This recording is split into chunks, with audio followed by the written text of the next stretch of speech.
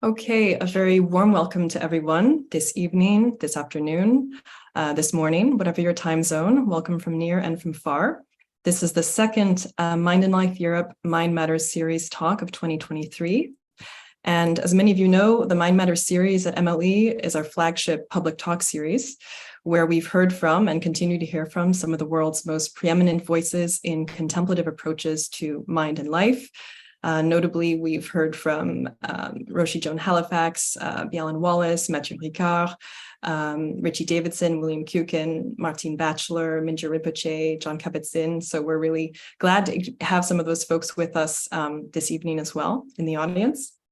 And this year, under the umbrella of our overarching theme of 2023, which is Caring for Life, we decided to take up the notion of Gaia in many of its different acceptations: scientific, philosophical, poetic, political, and more. And we've taken it up really as a figurehead for this series, or as a prism through which we might consider the many different facets of our entanglement with all of life on this earth. And if you'd like to learn more about this particular concept for this year, we can share a link to our webpage later this evening. So this evening, we're absolutely thrilled to be hosting Dr. David Abram, whose work I'm sure many of you already know, but I would like to introduce him still before he launches into this evening's presentation. So Dr. David Abram, cultural ecologist and geophilosopher, is the author of The Spell of the Sensuous, Perception and Language in a More Than Human World, and Becoming Animal, An Earthly Cosmology. Described as revolutionary by the Los Angeles Times and daring and truly original by the journal Science, David's work engages the ecological depths of experience, exploring the ways in which sensory perception, language, and imagination inform the relation between the human animal and the animate earth. David's philosophical craft is informed by his fieldwork with Indigenous peoples in Southeast Asia and the Americas, as well as by the philosophical tradition of phenomenology. Dr. Abram was the first contemporary philosopher to advocate for a reappraisal of animism as a complexly nuanced and uniquely viable worldview, one which roots human cognition in the dynamic sentience of the body, while affirming the ongoing entanglement of our bodily experience with the uncanny intelligence of other animals, each of whom encounters the same world that we perceive, yet from an outrageously different angle and perspective. His work also articulates the entwinement of human subjectivity with the varied sensitivities of the plants upon whom we depend, as well as with the agency and dynamism of the particular places or bioregions that surround and sustain our communities. And in recent years, David's work has come to be associated with a broad movement loosely termed new materialism due to his espousal of a radically transformed sense of matter and materiality. And finally, I think many of you probably know this, David coined the phrase, the more than human world, in order to speak of nature as a realm that thoroughly includes humankind, yet also exceeds humankind. The phrase has now been taken up worldwide within the broad movement for ecological sanity. Dr. Abram has received many awards, including Rockefeller and Watson Fellowships, and for his writing, the International Lannan Literary Award for Nonfiction. Currently the senior visiting scholar in ecology and natural philosophy at Harvard University, David usually makes his home in the foothills of the Southern Rockies, where he is co-founder and director of, and I love this name, the Alliance for Wild Ethics, otherwise known as AWE. So David, a really warm and heartfelt welcome from all of us at Mind and Life Europe. And I think you will be taking us on quite the journey this evening with your talk entitled Mind and Life on a Breathing Planet. So with that, I'm really happy to give you the floor. Thank you. Thanks so much, Johanna. Can you all hear me? Yes, we can hear you well. Great. Well, it sounds like it's evening for you all.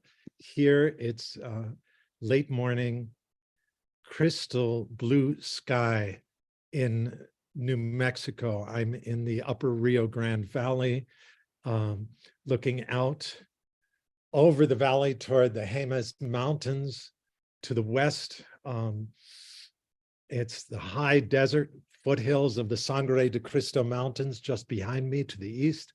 And it's a valley polka dotted by piñon pines and juniper trees and many Pueblo villages.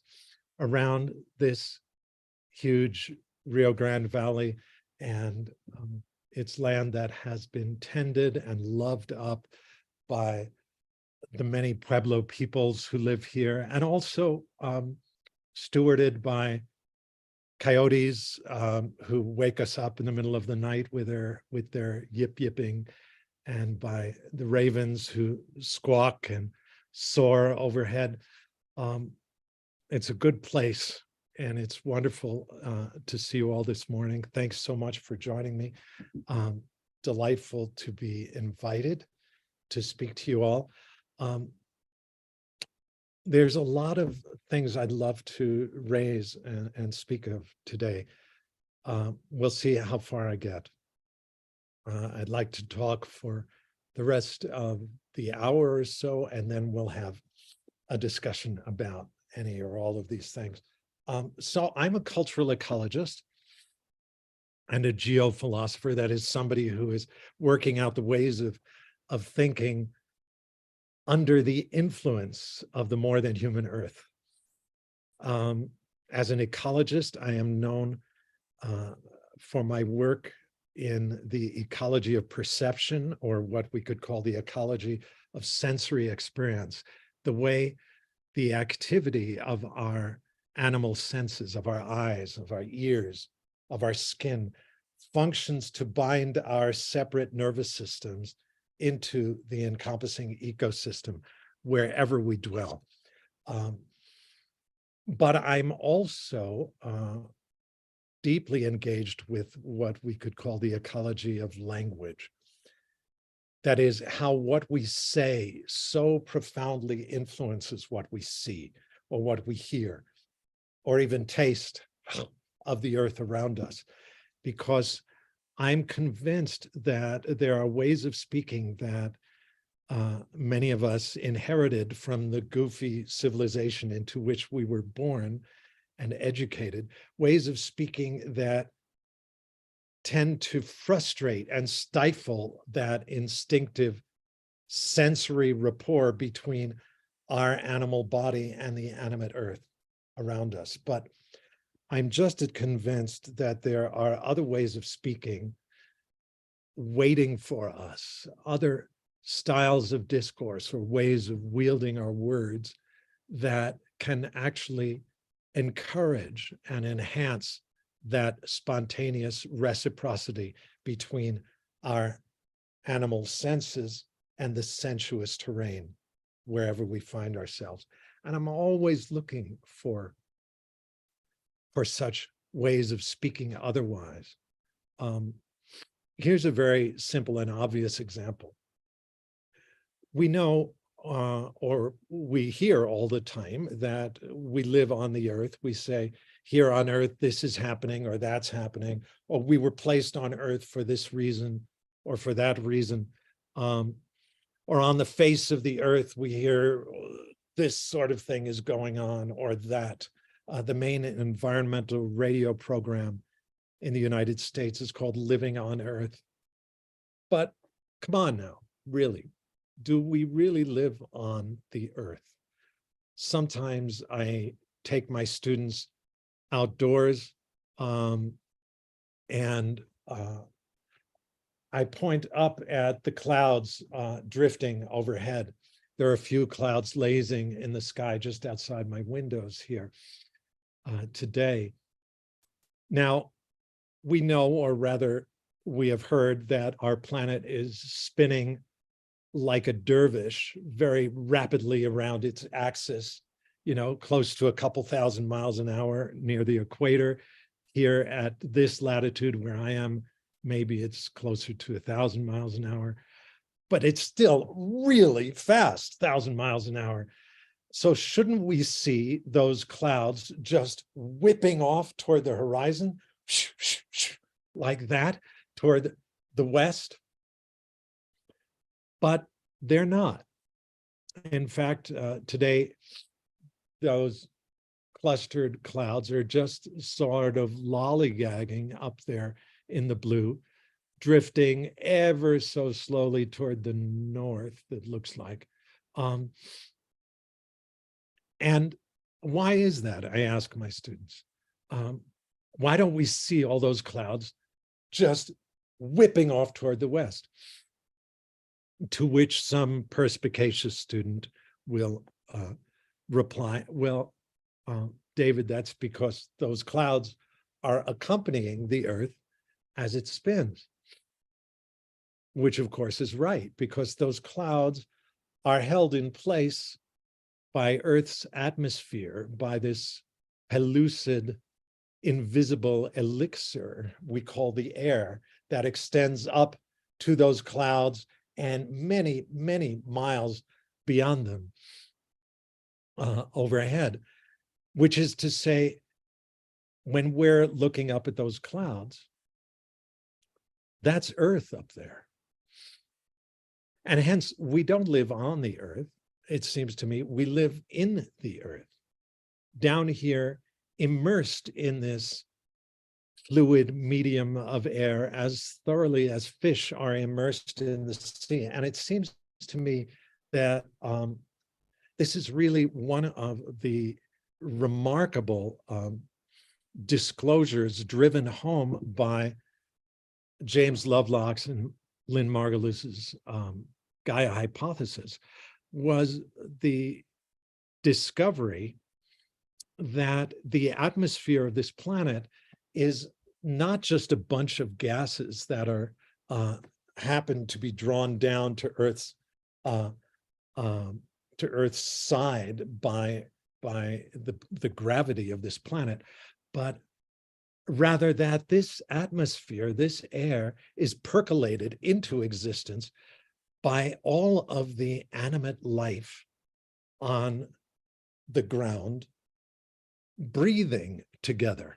That is, of course, we all know there'd be no oxygen for us animals to breathe in if it were not being breathed out by all of the green and growing rooted folks around us. So we animals take in this oxygen, we inhale it, we circulate it within our lungs and spread it out through our muscles and alchemize it, transforming it slightly, infusing the air with carbon that we then breathe out. And this carbon-infused air that we animals breathe out is the very ingredient that all the plants need for their photosynthetic metabolism. So what we animals breathe out, all the plants are breathing in. What the plants breathe out, all us animals are breathing in. I mean, talk about reciprocity tucked into the very heart of the present moment, the breath itself. But of course, we're also breathing, or rather interbreathing, not just with the plants, but with the soils, with the oceans, with the microbial life within these soils, all of us interbreathing with one another, percolating into existence, this invisible elixir. So it seems to me that after Gaia, after the advent of the Gaia hypothesis, we now know that the air is a living organ of this earth. It's as much a part of the earth as the soil underfoot. And we live down here immersed in this medium, in the depths of this fluid atmosphere as thoroughly as fish are immersed in the sea. But yeah, so that's the first point I wanted to make. We don't live on the earth, we live in the earth, or like I prefer to call it sometimes, we live in the earth, because sometimes I spell the earth a little differently. I insert an I into the word earth and spell it E-A-I-R-T-H, as if to say that the I, which is our letter that we use as a stand-in for the self, me, I. But it seems to me that that upright slash, the letter I, is really just a kind of pictogram for the spine of this animal we are, this primate that used to go around on all fours and at a certain point began standing or just balancing on its hind legs more and more often, and got so used to balancing there that it began walking on our hind legs, that the letter I is just a pictograph of the upright spine of the human animal. And so to take that letter I and insert it in the name for our planet, E-A-I-R-T-H, in order to say that I am in the air, A-I-R, and the air is entirely a part of the earth, E-A-I-R-T-H, earth, which sounds a bit Scottish when you say it, which I think is a good thing. Anyway, yes, so we're immersed, embedded down here, but nonetheless, we still don't notice this. We don't speak of the air between two persons who are sitting near each other. We just speak of the space between them. We don't talk of the air between yourself and a nearby tree. We just speak of the space between you. How much space is there between me and the wall? We don't ask how much air is between me and the wall. It's just empty space, right? It's empty. It's just an absence of stuff for our ways of speaking without any feeling or meaning. It's a void. And hence it's a perfect place to throw whatever we hope to avoid. A perfect dump site for the unwanted byproducts of our industries, for the noxious brew of chemicals exhaled from the stacks of our factories and power plants and refineries, and the stinging exhaust belching forth from our fossil fueled vehicles, spewing from automobiles and airplanes and cruise ships, tugboats and giant tankers lugging thick tar sands crude to be processed in foreign ports. Even the most opaque, acrid smoke billowing out of the pipes will dissipate and disperse, always and ultimately dissolving into the invisible. It's gone. Out of sight, out of mind. Or so we think. Out of sight, out of mind. Let's remember that phrase. We'll come back to it. Well, mind or consciousness or awareness is a hopelessly amorphous and ephemeral phenomenon, one that's mighty difficult to pin down. Gobs and gobs of scientific papers and books have been published in recent years trying to account for the emergence of awareness or to explain how consciousness is constituted within the brain. Now, many of these works are dramatically at odds with one another because there exists no clear agreement as to just what this enigma we call consciousness actually is.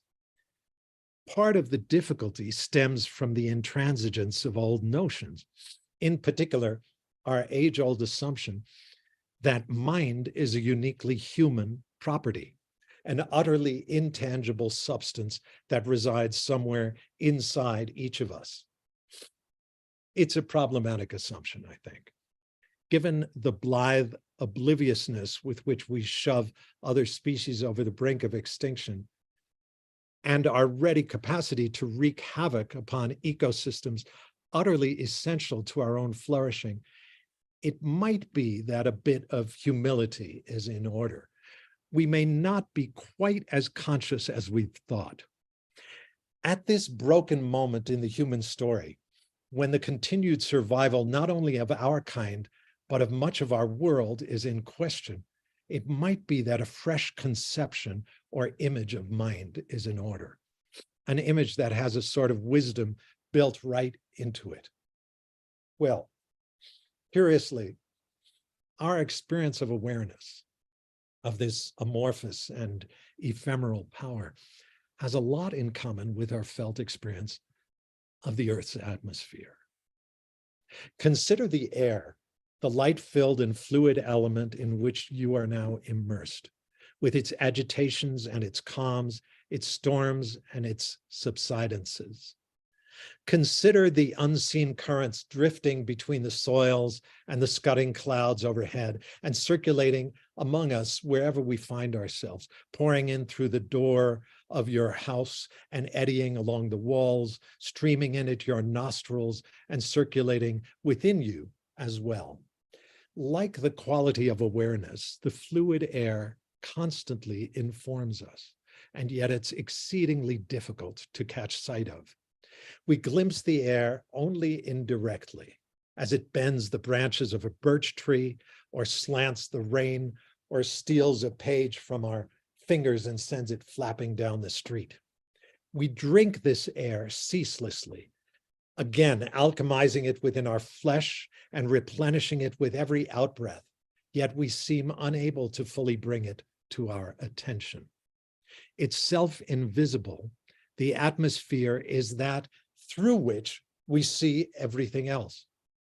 Much as consciousness, which we cannot see or grasp, is that through which we encounter all other phenomena. We are unable to step apart from consciousness in order to examine it objectively, because wherever we step, it is already there. Mind, in this sense, is very much like a medium in which we are corporeally situated and from which we're simply unable to extricate ourselves without ceasing to exist. Everything we know or sense of ourselves is conditioned by this atmosphere. We are intimately acquainted with its character, endlessly transformed by its influence upon us. And yet we are unable to characterize this medium from outside. We are composed of this curious element, permeated by it, and hence can take no real distance from it. Well, to acknowledge this affinity between the air and awareness is to allow this curious possibility that the awareness that stirs within each of us is continuous with the wider awareness that moves around us, twisting the grasses and lofting the crows.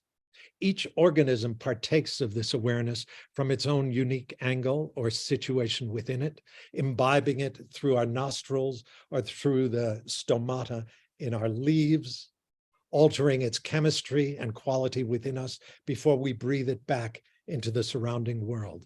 I mean, is consciousness really the special possession of our species?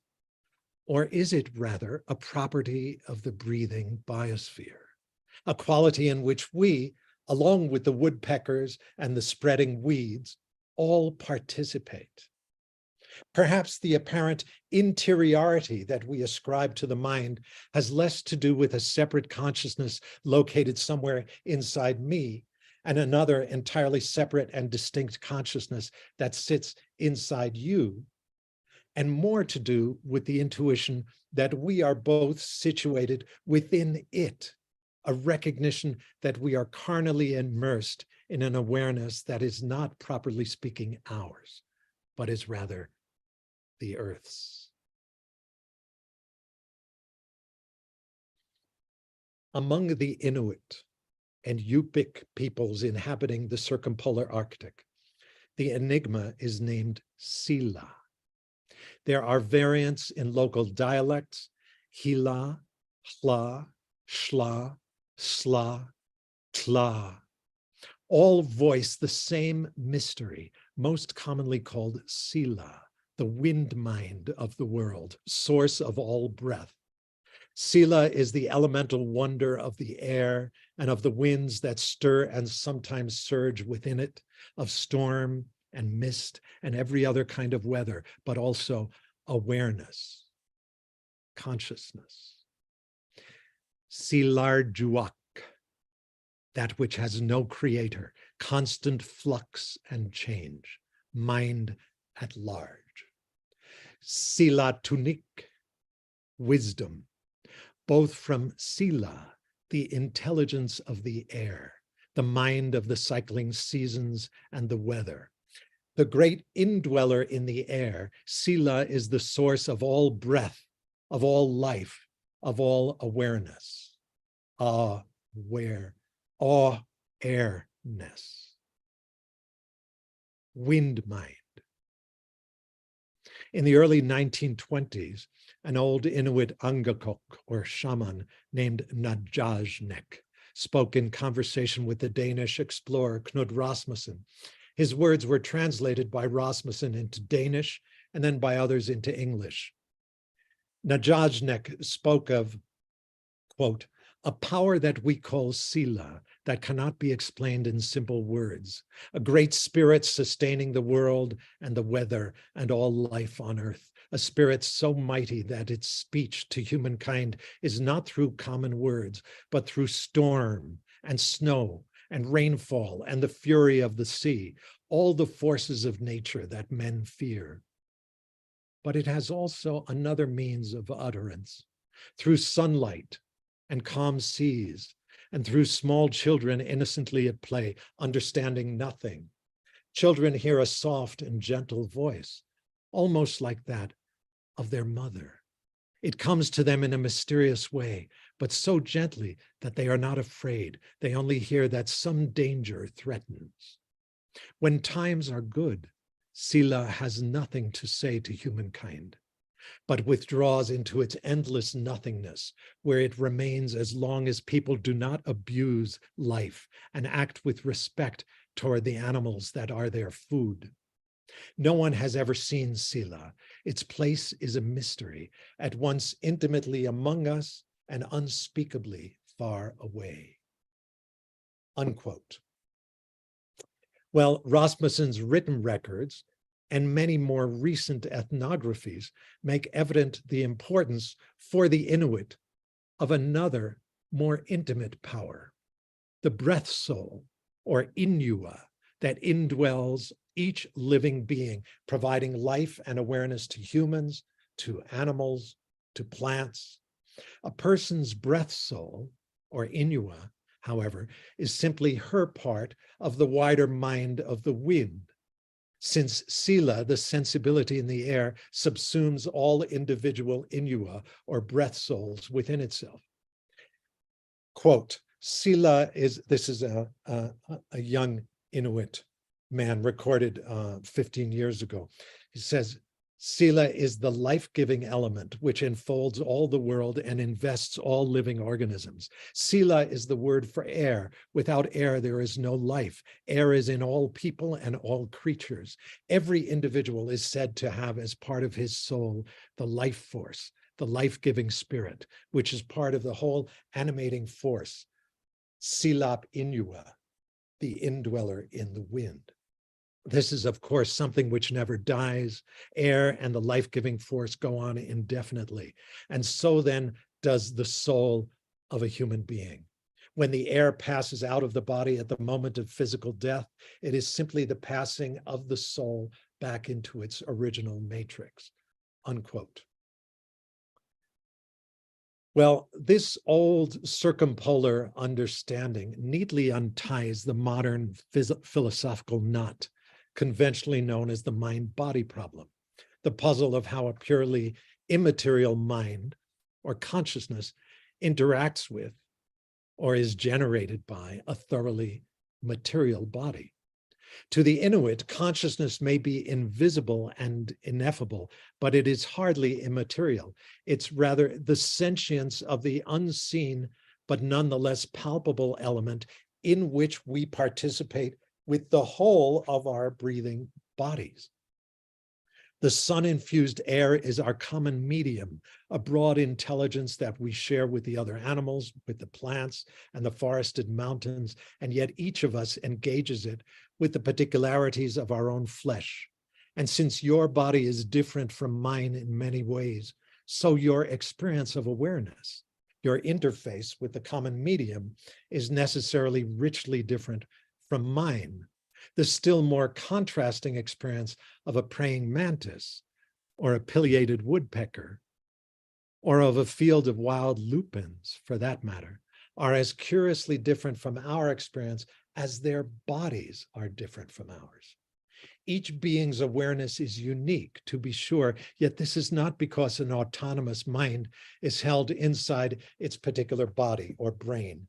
Rather, each engages the common awareness from its own extraordinary angle through its particular senses, according to the capacities of its flesh. Well,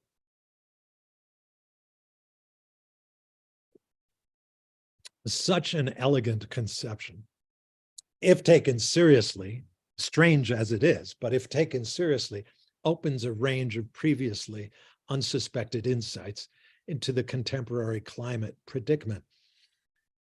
But this perspective, at least strangely new and startlingly old, is hardly unique to the indigenous traditions of the far north. After a long year spent teaching and listening and learning on the East Coast of North America, I have just this week returned to my house here in the Southwest Desert, reacquainting myself with the sunset hues of sandstone and the scents of juniper and sage. Here in this land, there flourish an array of native cultures speaking languages from at least 6 unrelated language families, each of which practices its own intensely respectful relation to the unseen atmosphere. Among the Puebloan cultures, including the Hopi, the Zuni, and the various Pueblo villages here of northern New Mexico, the preciousness of life-giving rain within this high desert realm is really, really central to their cosmology. Whenever a person from the Pueblo dies, the understanding is that her spirit breath, which is a kind of vapor essence, leaves with that last breath and journeys across the land, off just beyond the horizon to the dwelling place of the Kachinas, the spirit ancestors. The Kachinas are regularly fed by the respectful actions of those who are still alive back in the Pueblo, who honor them with offerings, with seasonal ceremonies, with resplendent dances undertaken throughout the yearly cycle by the villagers. And whenever they're dancing, the spirit ancestors or Kachinas come back to the village and take possession of whoever puts on the Kachina masks, and they dance on the plaza with all the humans. But apart from the festival days and the dances, the Kachinas or spirit ancestors also return to their respective pueblos whenever they choose. And how do they return? Thicken within the sky's transparence, materializing as clouds, carrying and bodying forth the rain essential for the corn and the other crops upon which the people depend. So in this valley where I live, when there are clouds overhead, as there are today, the collective understanding is that that is the ancestors. That is the spirit ancestors gathering overhead. And when it's just a few clouds, like this afternoon, then nothing much happens. It's the spirit ancestors coming and glancing in at the Pueblo, making sure things are okay with their descendants. But when a bunch of clouds gather, they thicken, they get swollen and heavy, and they drop the rain. That is so essential for the corn and the other crops that feed the living. That is to say, in the Pueblo cosmologies, death brings into existence the spirit ancestors who return as rain-bearing clouds, fertilizing the soil with water. The moisture feeds the corn that in turn nourishes the living. So human life and human death are here an integral part of the hydrological cycle. As the people depend upon the climate, so reciprocally, the climate is dependent upon the people for its continued flourishing. Meanwhile, among the Diné or Navajo people who live just about 100 miles to the west of me, just over the border with Arizona. For the Diné people, their name Diné just means the people. They're also widely known as the Navajo. It's the largest tribal culture within the United States. For the Diné, the encompassing and fluid power that grants all beings life and breath and movement and awareness is called Nilchi, which is translated as the holy wind. Nilchi is the whole body of the air or atmosphere, the sky overhead, but it's also the wind when it is in motion and the air when it is still. It's the medium through which all beings, mountains, coyotes, cottonwood trees, owls, communicate with one another. The sacred nature of the holy wind resides not just in our thorough dependence upon it, but in its subtlety and invisibility. We simply cannot see it. That's what makes it so holy. We witness it only by means of the visible things that it animates as it bends the branches or sends clumps of tumbleweed rolling across your path.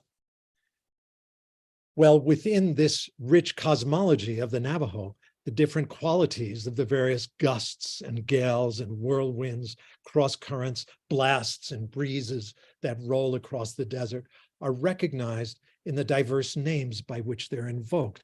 Dawn man is a type of wind. Sky blue woman is a wind that comes from that direction. Twilight man, dark wind, wind's child, revolving wind, glossy wind, rolling darkness wind, and many others. The Navajo distinguish unpredictable winds and steady winds, harmful winds and helpful winds. And each person has to navigate among these invisible influences with great care, striving to bring her life into hojon, into a dynamic balance with these immersive powers. So stick with me here. There exist for them innumerable local winds, breezes, storms, gusts that stir within the broad body of the holy wind, including the winds that dwell and circulate within each of us. The individual wind within one, though, was long misunderstood by anthropologists who assumed that it referred to an autonomous spirit or soul akin to the personal soul of Christian belief. These interpreters failed to recognize, however, that for the Diné people, the wind within one was continuous with the enveloping wind at large, that the wind circulating within each person, giving you life and awareness, was continuous with the wider wind that sweeps the desert grasses. Now, although we cannot see Nilchi or holy wind directly, we can see it by the spiraling tracks or traces that it leaves. Whenever you see a spiral in the land around you, you know that holy wind was there, shaping that place. So we have these spiraling patterns in our fingertips that we call our fingerprints.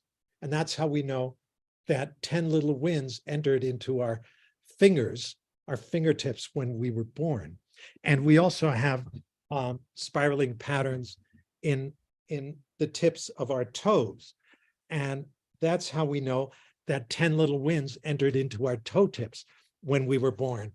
And the winds in our toe tips hold us to the ground, and the winds in our fingertips hold us to the sky. And that's why we don't fall down when we're walking. But the Navajo elders say, we also have these spiraling patterns in the folds of our ears. You know, these vaguely spiraling patterns in your ear folds. And that's how we know that there are two little winds hanging out, one inside each of your ears. Winds children, they're called. And when you're thinking thoughts, when you hear that surge of words within your head, that roof brain chatter, the Navajo elders say, that's just wind's children talking to you from within your ears. But of course, these small winds within each ear are children of the winds of the four directions, who themselves are subsidiaries of the big body of Nilche, or holy wind.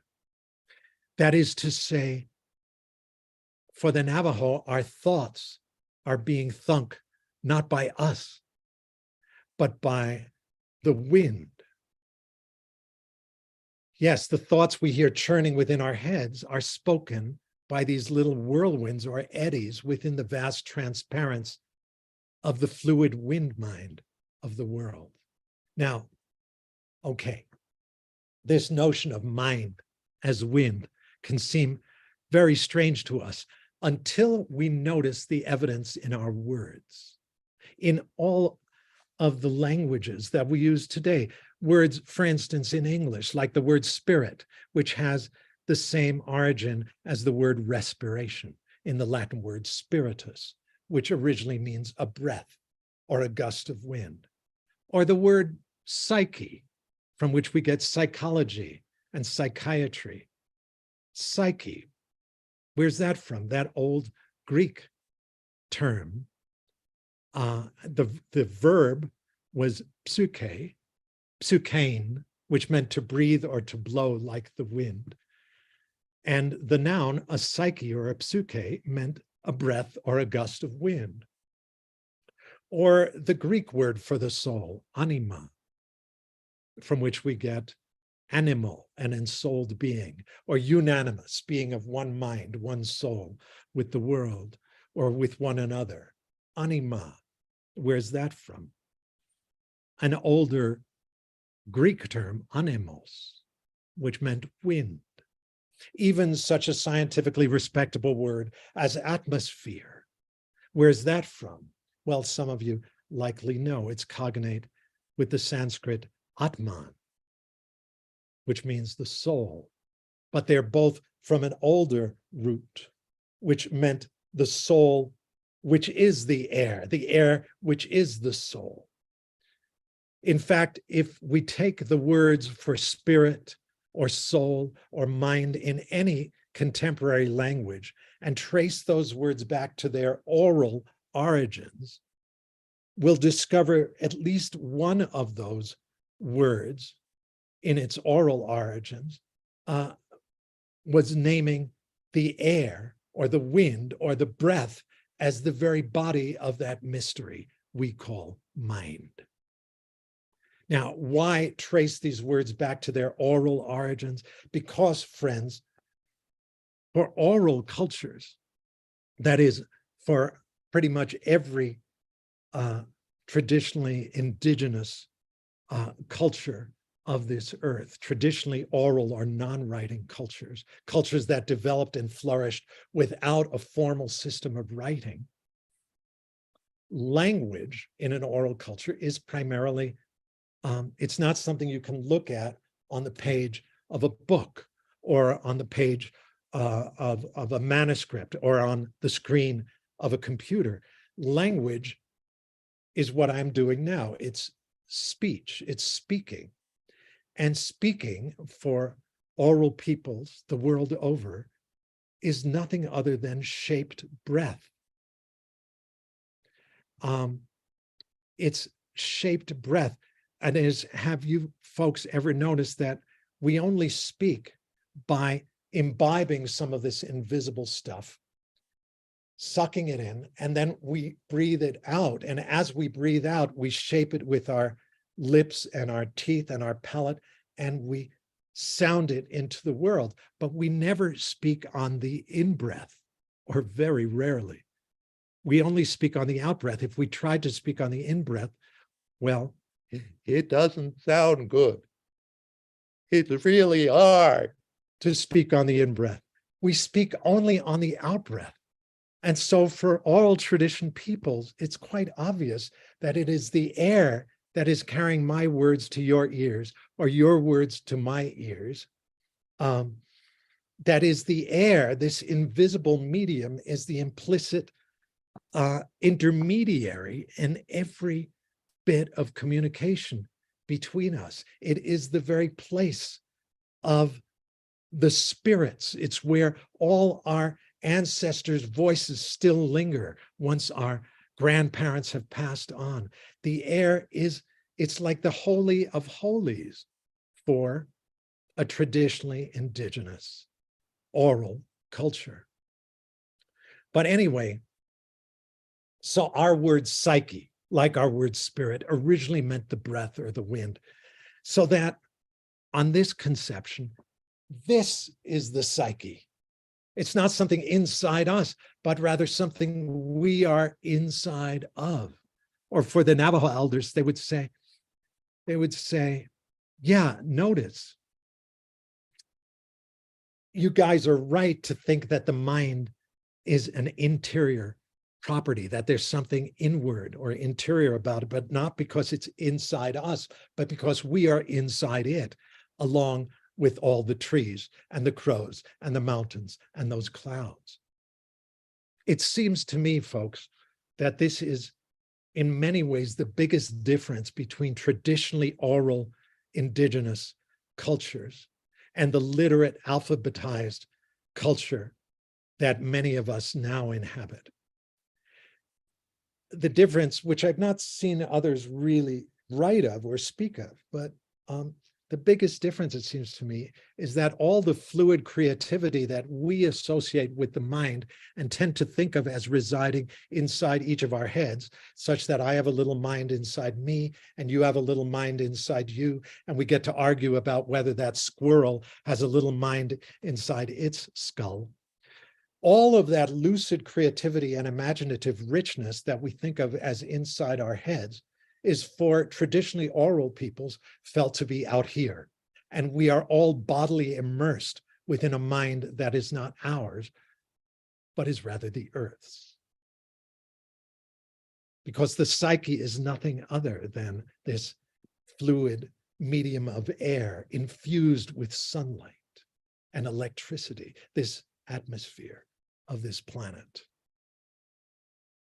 For the Navajo elders, it's a notion of mind, not as that which separates us two-leggeds from all the other animals and the plants, but mind as precisely what connects us to all the other animals and to the plants and to the soils.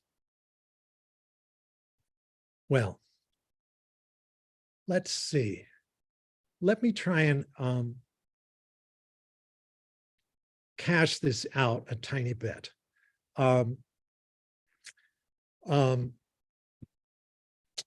What would this look like if we began to feel the atmosphere as something deeply akin to mind, or that mind or consciousness has something richly, has an affinity with the atmosphere? Well, one thing, if we think of something like the weather, which is very different in different places, in the different places each of us are dwelling at the moment. The weather is very changeable. I'd like to suggest that changes in the weather are really changes in the collective mood of a place. I mean, I should perhaps say that each ecosystem, each bioregion of this planet, the air is quite different. The atmosphere is quite different at each place, in each bioregion. It's as if each place is its own state of mind, if one takes mind not as ours, but as Earth's. Each place has its own style of awareness, its own state of mind. But even within each place, the mind shifts steadily as the weather changes. And I'd like to suggest that these shifts in the weather are like shifts in the mind, or in the background of mind, in what we call mood. So let me give you just a couple examples of such moods. Humidity.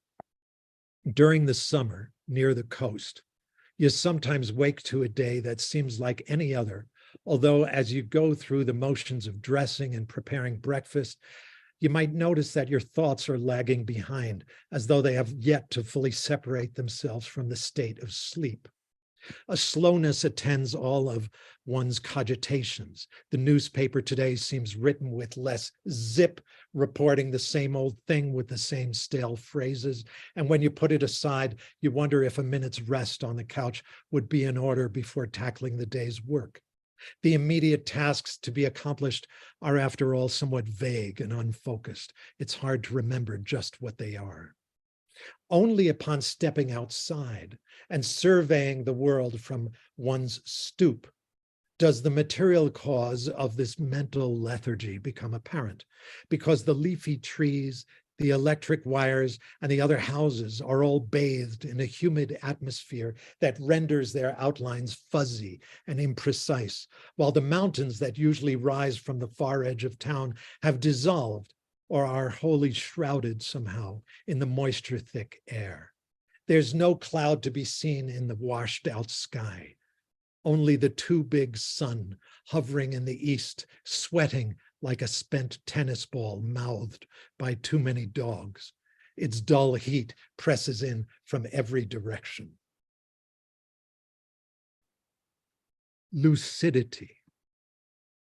Then there are these rare days, not entirely unknown in any region of the earth, that dawn with a clarity that muscles its way into every home and office, lending a crispness and cogency to almost every thought.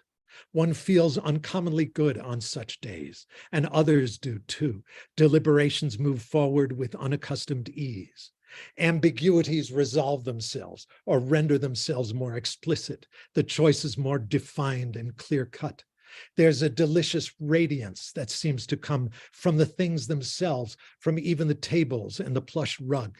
And when we step outside, we can taste it in the air and the way a few fluffed clouds rest almost motionless in the crystal lens of the sky. And how far our vision travels on such days. When I climb to the top of the street, I can see clear to the mountain range that rises from the plain in the neighboring state. And how sharp that horizon is. Long-term goals abruptly become evident. Possibilities far in the future seem more accessible, lending perspective to the present. Hence, planning goes more smoothly with a marked absence of the usual friction, no sweat. Although, to be sure, we're not always in sync with such felicitous weather, with the strangely clarified transparence that lifts the weight of the whole suburb on such unpredictable days, or that wraps the aspen branches outside our cabin with such a pellucid and form-fitting cloak of blue. Sometimes we're still carrying the strains and stresses of recent weeks, struggles that followed us into our dreams and now cling to our face and our feet. Or we're still in the dank doldrums due to the wreck of a relationship we had trusted our hearts to. These are the worst days for depression, when everyone we meet moves so smooth through the world. Even if we're off on our own, well away from the human hubbub, the despondence can be darker on such days when we feel that the stones and the singing sky and the green blades of grass are all tuned to another frequency. Because there's this insistent and eager harmoniousness to things, an ease that we sense on the periphery, the hillside itself humming with pleasure for a whole afternoon. And yet the mood cannot penetrate through the thick pellicle of our pain. The mismatch of the world with our own traumatized state feels distressing, even terrifying, shoving us deeper into the pit. Now, of course, I'm writing, and I have many more such moods, but I don't think I'm going to offer them up here. But I want to say I'm writing of these earthly elements or moods from an entirely human perspective, right? I'm writing from the quite subjective perspective of a single human critter, myself. But nonetheless, I compose and speak of these things with the knowledge that there can't help but be some overlap between my direct visceral experience and the felt experience of other persons, whose senses, after all, have a lot in common with my own. Further, I have confidence that my bodily experience is a variation, albeit in many cases a very distant variation, of what other non-human bodies may experience in the same locale in a common season or at a similar moment of the day or the night. Because not only are our bodies kindred, all mammals, for instance, sharing a common ancestry, and hence still enacting different variations of what were once common sensibilities, but also today, we are all of us here and now interdependent aspects of a common biosphere, along with those ravens, along with these birch trees, along with the coyotes, each of us experiencing the atmosphere, this biosphere from our own angle and with our specific capabilities, yet nonetheless all participant in the round life of the earth, and hence subject to the same large-scale flows, rhythms, and tensions that move across this wider life. Because the world we inhabit is not, in this sense, a determinate or determinable set of objective processes. Rather, it is flesh, a densely intertwined and improvisational tissue of experience. It is a sensitive sphere suspended in the solar wind, a round field of sentience sustained by the relationships between the myriad lives, the myriad sensibilities that compose it. We come to know more of this sphere not by standing apart from our bodily experience, but by inhabiting our felt experience all the more richly and wakefully, feeling our way into deeper contact with other experiencing bodies, and so with the wild, intercorporeal life of the earth itself. So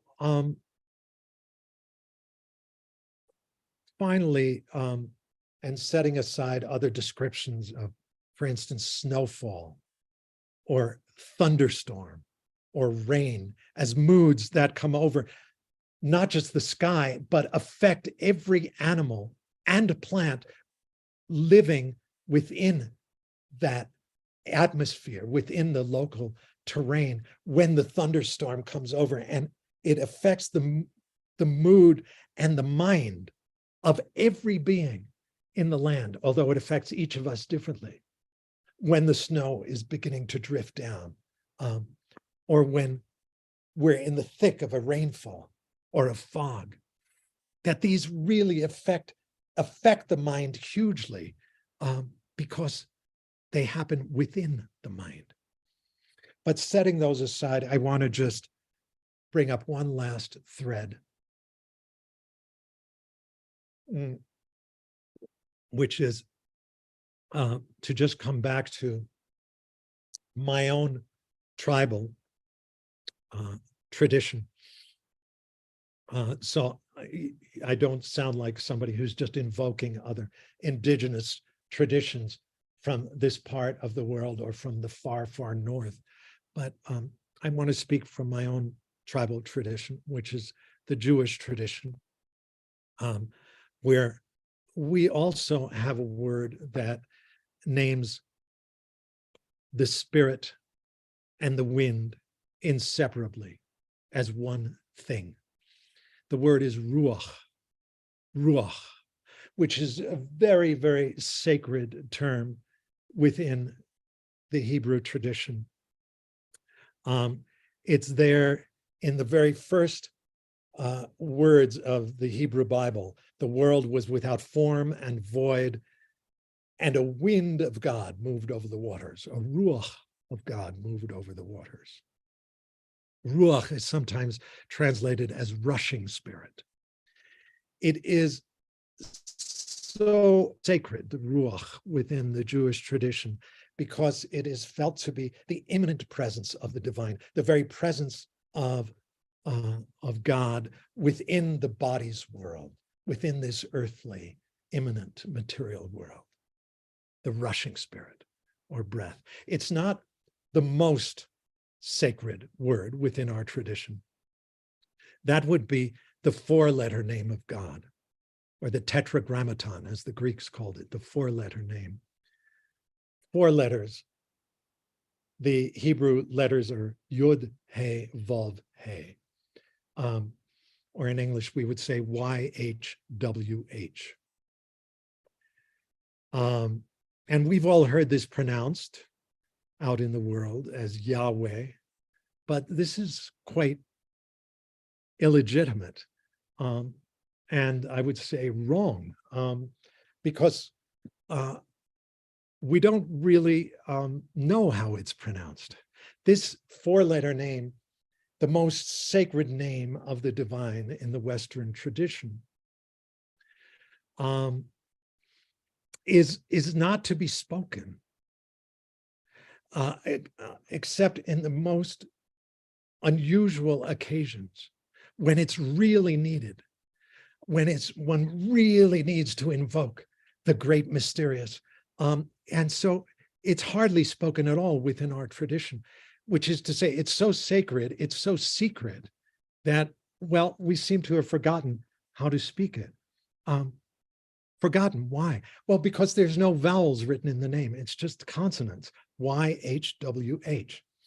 Why are there no vowels? Well, because there are no vowels in the traditional Hebrew alphabet, which is as close as we can get to the original alphabet from which all our modern alphabets derive. Why no vowels?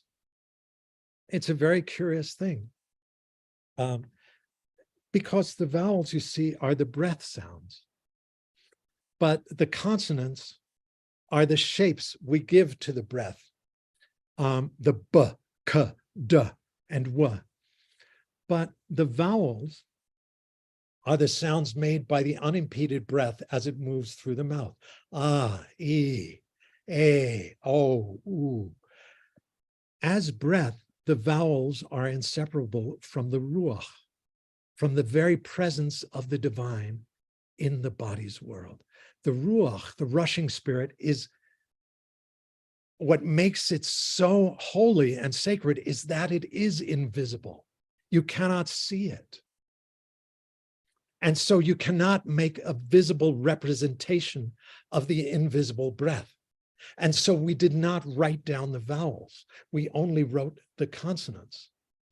So when you read a traditional Hebrew text, like, or the Torah scroll in the synagogue, it's just those consonants on the parchment.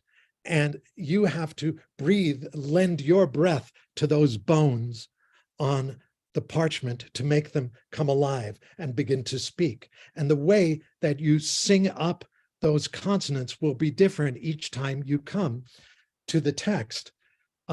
It's like if in English you came upon the consonants R and D, you could read it as read or road or rude or read, depending on what vowels you insert. It could be ride or rid or rude,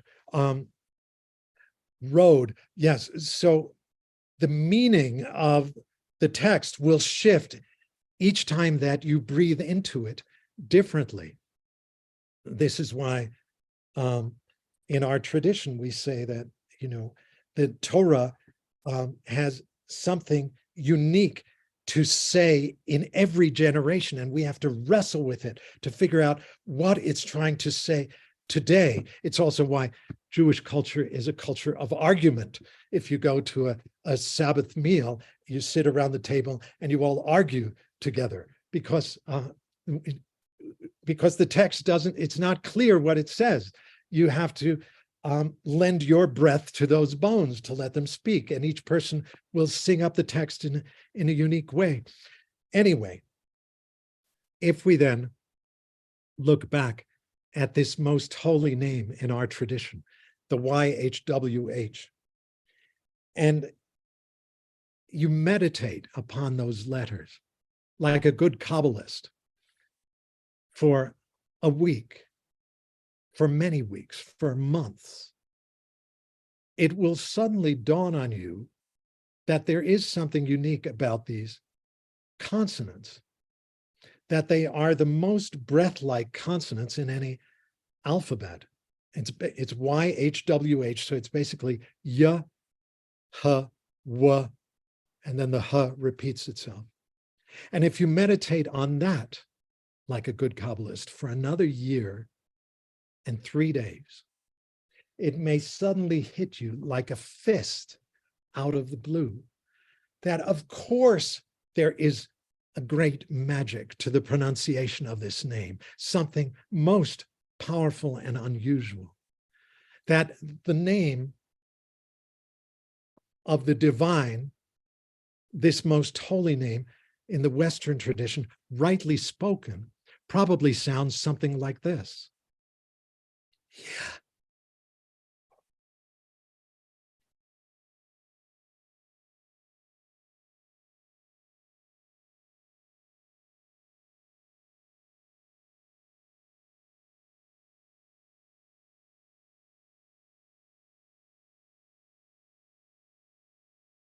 That the most holy name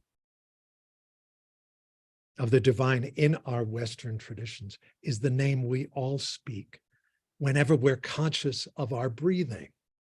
This rocking in and out of ourselves that binds the invisible depths within us to the lungs of a swallow swooping past, to the depths of that apple tree, to the soils, to the oceans.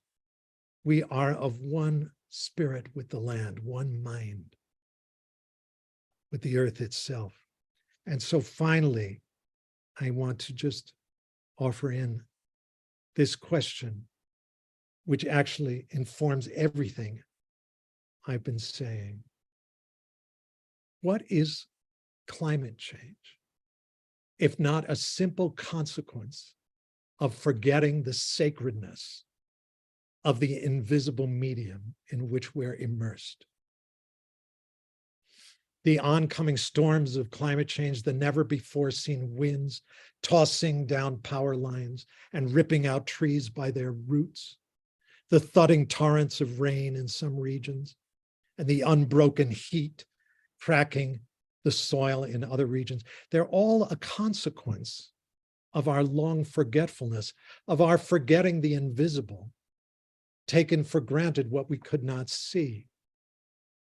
We overlook this element held most holy by our oral ancestors. This unseen flux, long assumed to be the very source of awareness, wind mind of the world. I mean, the swelling storms are a simple consequence of treating the atmosphere as an open sewer, as a convenient dump site for all the toxic effluents of our industries. Again, whatever dissipates as smoke,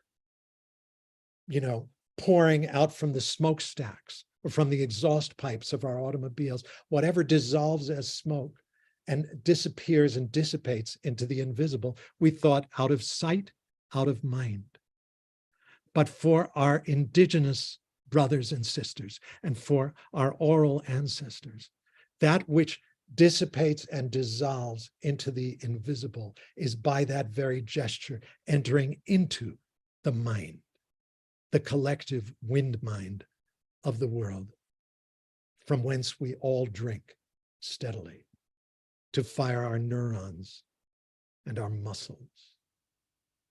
This medium of wind, breath, atmosphere, born of the interbreathing of all the animate life here in this world, the commonwealth of breath. Thank you, guys. Let's have a conversation. Thank you so much, David. Thank you. It's very hard to follow your sharing with questions and any words. I'm speechless myself. But I would like to invite all our friends here who have joined us tonight, friends and members of Mind and Life Europe, and friends of friends, to breathe together with you and to think together with you now, to enjoy this shared wind mind, because we could really be at your place with you, David. I felt your presence here, your breath, your wind, your mind, in spite of the digital distance, especially in that moment when you started breathing Yahweh. That was a real revelation. So thanks for that, and thanks for your whole being. I would really like to open up the discussion, the question. Let's just take just 20 seconds or 30 seconds to breathe together, even though we're each in our own place. And I'll take the moment also to get a bit of water. Wonderful. And open the door to the winds spilling around the house outside. So let's wait for the inspiration to arise.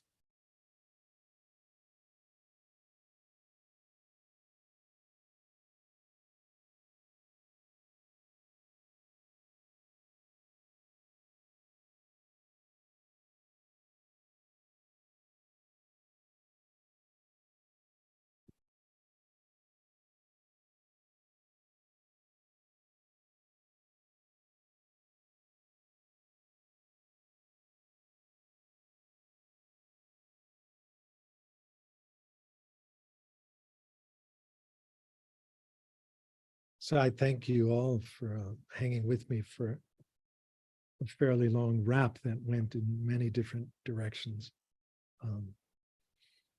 But I'm interested to hear whatever this sparked. Oh, John Kabat-Zinn, how are you, brother? It's been a long time since we've seen one another. Hey. Wow. Yes, it's been a long time. The Rochester Zen Center 40th anniversary, maybe 50th, both, I don't remember, but David, let me just say from my own experience, what you just gifted us with is remarkable on so many different levels. I feel speechless, which in a way is, I guess, the best possible response to what you've offered us. Not breathless by any stretch of the imagination, but speechless. That said, your capacity to use words to transport us to a realm that is way beyond words and intimately connected to whatever it is that we mean by the word mind or the word awareness, and all of the different ways that we can cultivate access to that so fundamental aspect of our being that most of the time we're just kind of ignorant of. And how you linked the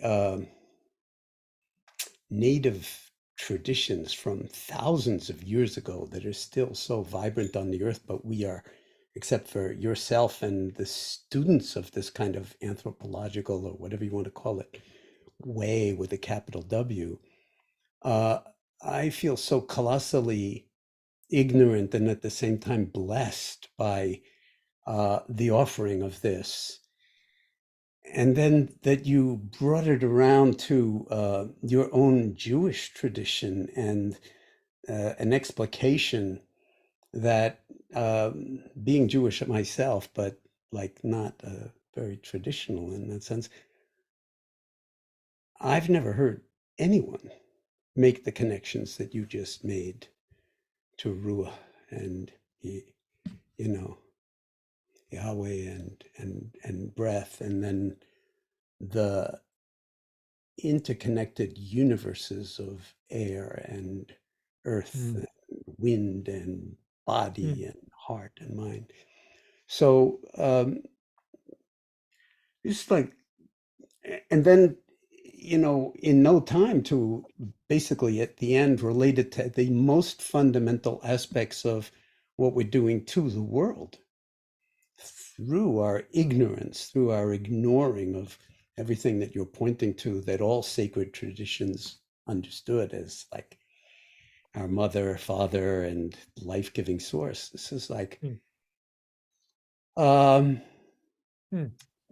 really an enormous gift. And I won't go on, but to just say, I've carried you in my heart ever since I read uh, the Spell of the Sensuous. I mean, it just like transported me. And I read every footnote of the Spell of the Sensuous multiple times and pursued many of them out of my colossal educational ignorance. And so I just thank you for being on the planet and feel like falling into or coming into the orbit of Mind and Life Europe and Mind and Life period, the whole of this family that is grounded in, to some degree, what we would call Dharma, but I think we'd all agree ultimately is a kind of universal Dharma that is inclusive of all embodied wisdom traditions and grounded in the earth wisdom traditions. It's like just an enormous gift. So thank you, thank you, thank you. And I'm sure that we're going to be resonating with the gong that you just knocked into us for a very long time to come. And I do think that it may actually be the fulcrum from which a true wise approach to climate change is possible, because anything else is going to be like Band-Aid or just ignorance on top of ignorance. Oh, goodness, brother. Thank you so much. It's also a delight to find myself in this company with you all. I didn't really know of your organization, although, of course, Francisco's work was deeply influential to me, and I felt Francisco Varela as something of a brother, though we met, only a handful of times, maybe 5 times. And so it feels very, very good to join you all. I'll say one thing in relation to what you just shared, John, which is that, well, again, drawing from another recent elder in the Jewish tradition, and it occurs to me that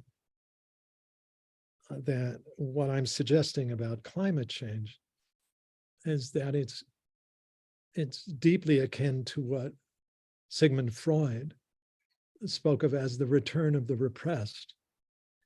That is the sometimes violent resurgence of a dimension of the real that had just been shoved out of awareness. Not attended to and pushed underground, as it were, or taken so thoroughly for granted, as we've taken the air for granted, as just, a bunch of mindless gases, gas molecules that, but nothing that we need to honor and accord deep respect and restraint towards. It's just this invisible medium that we've been treating, yes, as an open sewer. That climate change in this sense is very much like what Sigmund called the return of the repressed, now coming back to bite us.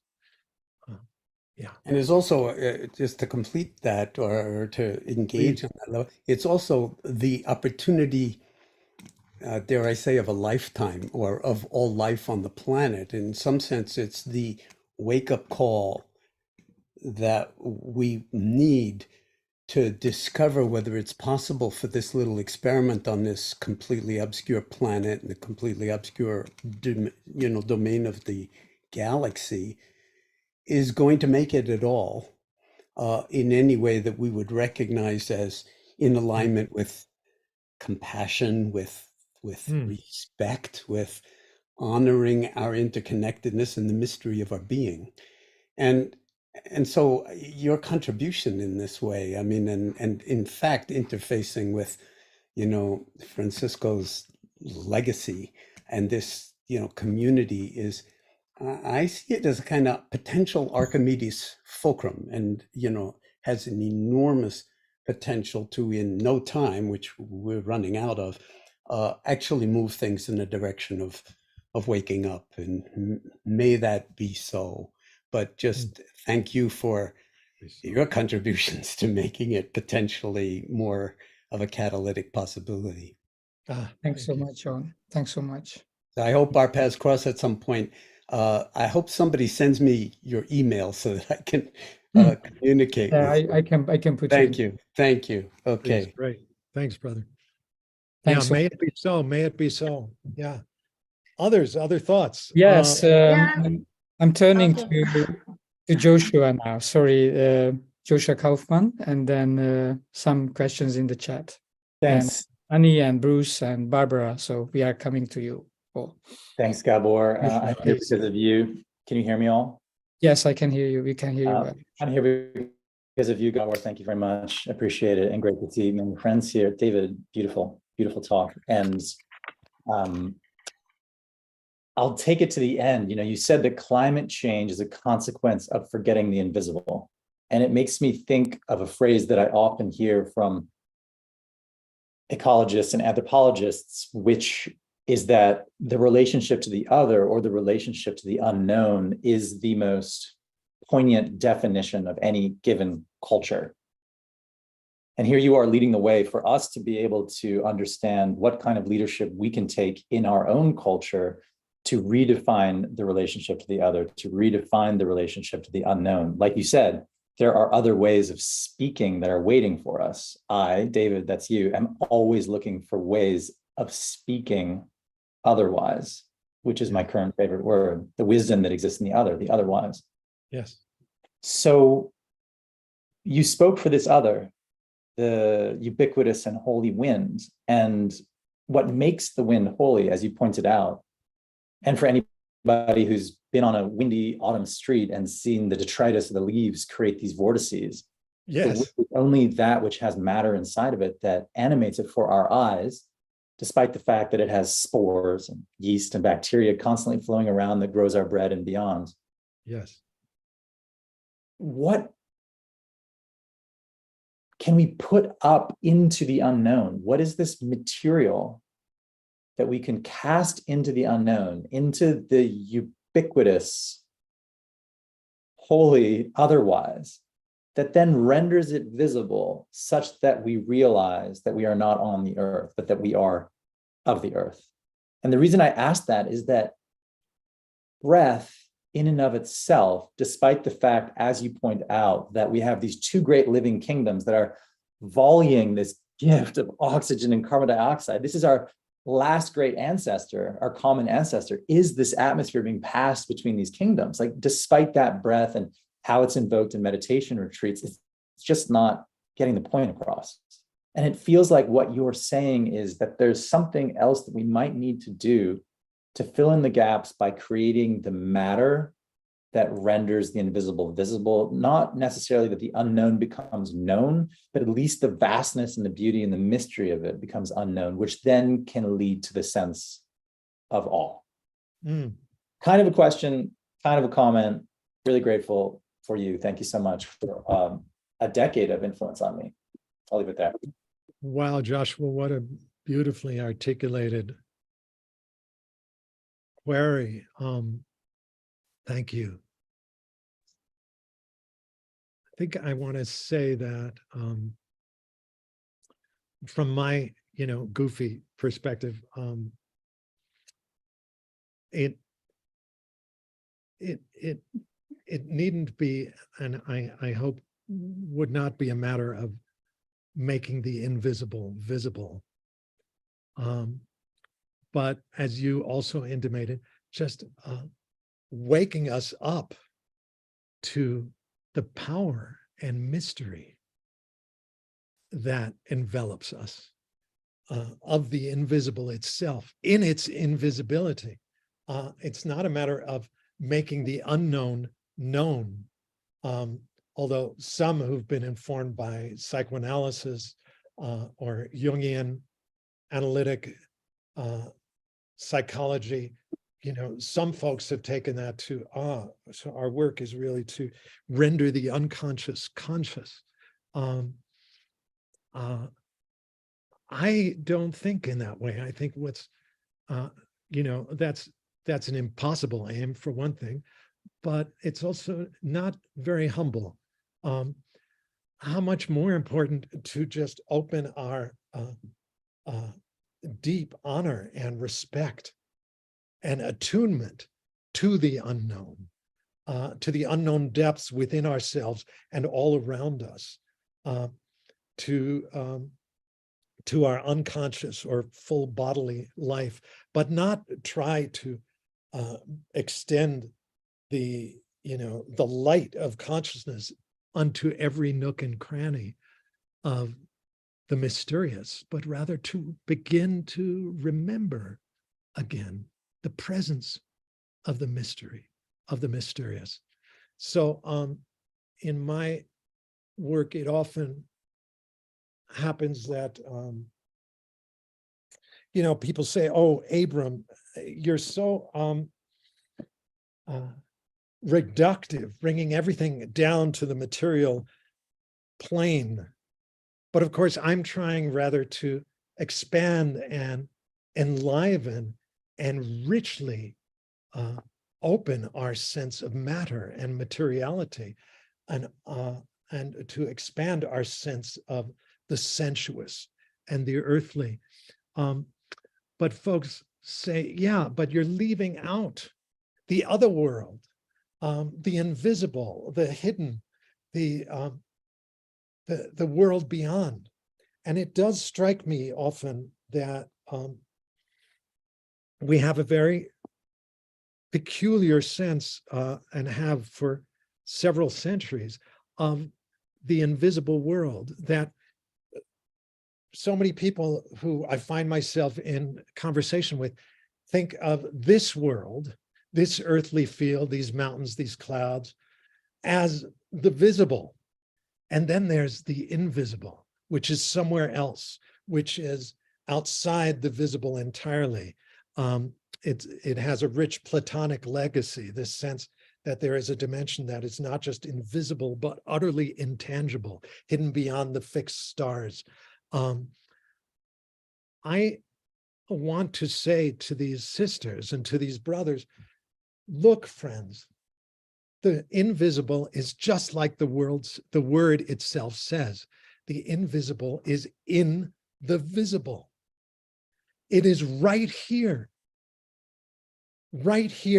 between me and you, between me and the terrain and those mountains over there. If the air was not invisible, I wouldn't see anything else. It would stop up my gaze, right, and block me from seeing everything. The air is that through which we encounter every other being and presence.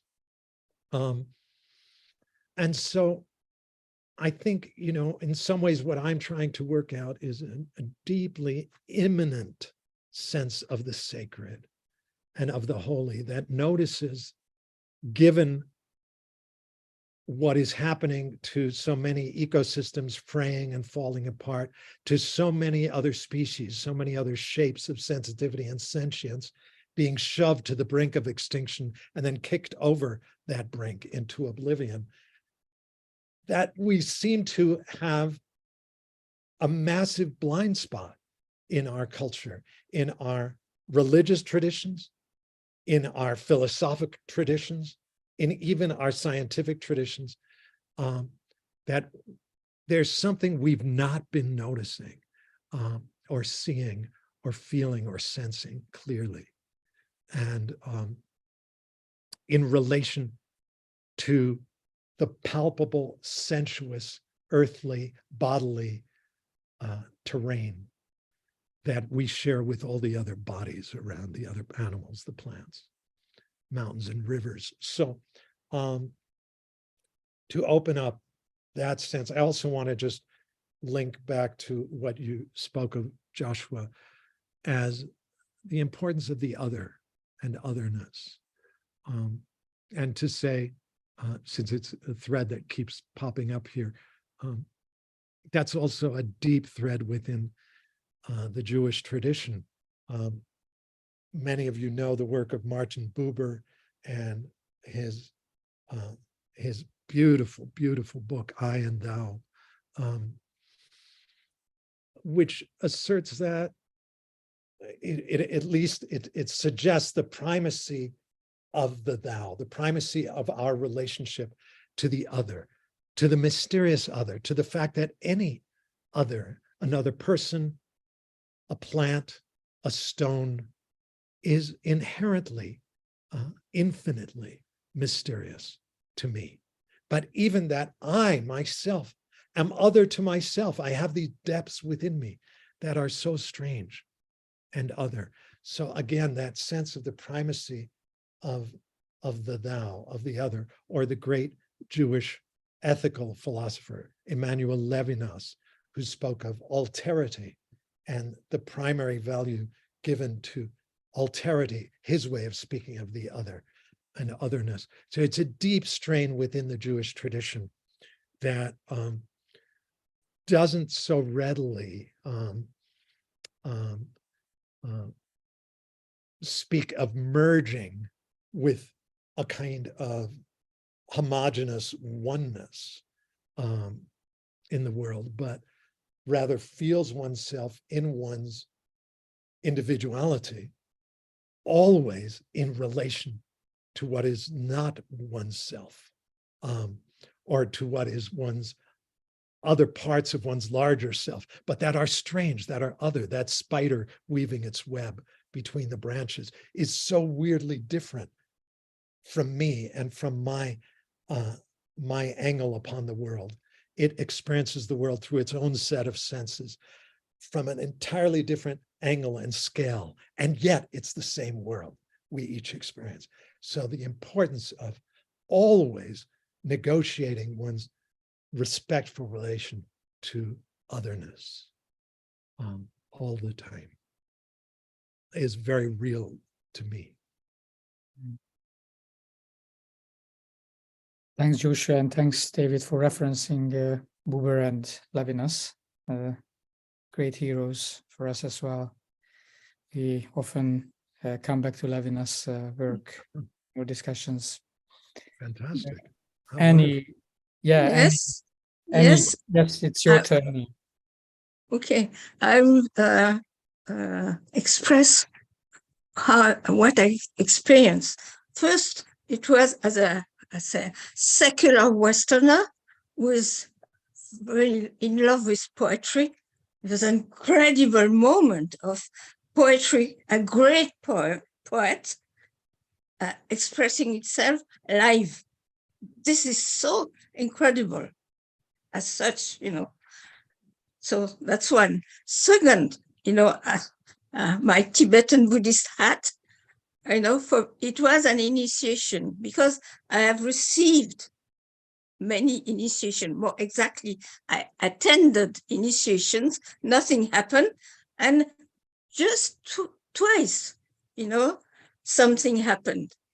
And an initiation, and for the Tibetan word is Wang, which is empowerment. It's putting a seed, which after that, it's your responsibility to cultivate it or not, but it's been transmitted. So I got the initiation, right. And third, I mean, I have also a Jewish hat. And with my Jewish hat, I say, now we have a prophet, somebody through whom God speaks, quote unquote. So good news, okay. And you know, usually they say, repent. What you're doing is really, you're getting off track. No, come back on track. So we have a world-class poet. Then we have a prophet. That's a lot more than what I bargained for. And so I'm so grateful. But of course, your name is David Abraham. With a name like that, if you start leaving out your name, I mean, you're way ahead of us. And then I have a question, because in the Jewish tradition, there are 3 names or whatever for the soul, and Ruach is just one of them. There's Nefesh and Neshama. So maybe it's a bit technical, and sometimes I'll get back to you, because to me it's an important question. Okay, that's all. Ah, it's a wonderful question, and thank you for your very kind words.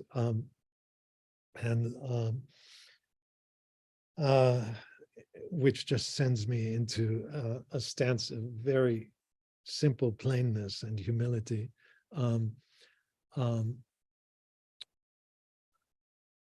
But at the same time, yes, as Joshua said, I am always looking for ways of speaking otherwise, because it seems to me that there are sometimes one can find ways of saying that are just a little bit different from the common conventional way of speaking, that nonetheless bring a huge gestalt shift and really alter our sensory experience of the world. But for me, I'm looking for these ways, these word magics, one could say, that are simple enough that any child could understand it. For instance, to say that we don't live on the earth, we live in the earth, or in the earth, that we are immersed in this planet. Or to suggest that mind is not, that it does have an interiority, not because it is in us, but because we are bodily inside it, along with all the other bodies around. These are things that are so simple that any child could understand, and so have a chance, when the time is right, to begin to spread like a bloody contagion through the world.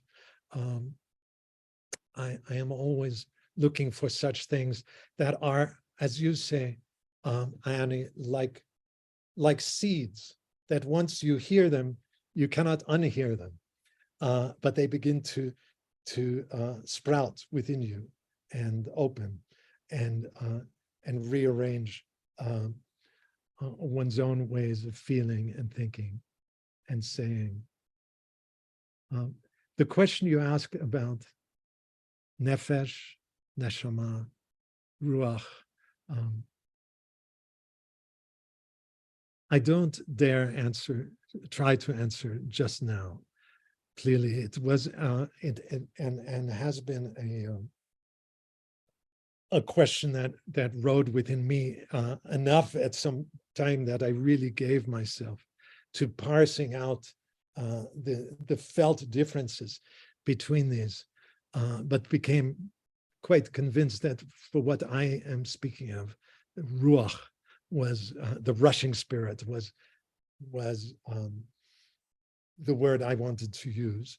That the others, nefesh, neshama, can be understood more personally, but I wanted to speak of that which connects the personal soul with the soul of the world. But it's such a good question you ask, and it will send me back to my to the texts and to my listening and learning. Or perhaps you have something to share with me on this. I don't hear you. Did you turn off your microphone? Oops. There. Ruach is the least ethnic of the three. In a way, the most the one you can share more widely. Well, And I hope to get in touch with you. great, Right. great. So beautiful what you shared. Thank you, my sister. Thank you. Thank you, Annie. Thanks so much. Now we come to Bruce and then Barbara. Thanks. Hi, David. Hi. Thanks so much. Oh, Bruce, we've met in the past too, haven't we? Yeah, we met at Upaya in those last couple Lindisfarne meetings. And here I am hanging out with MLE, which is wonderful.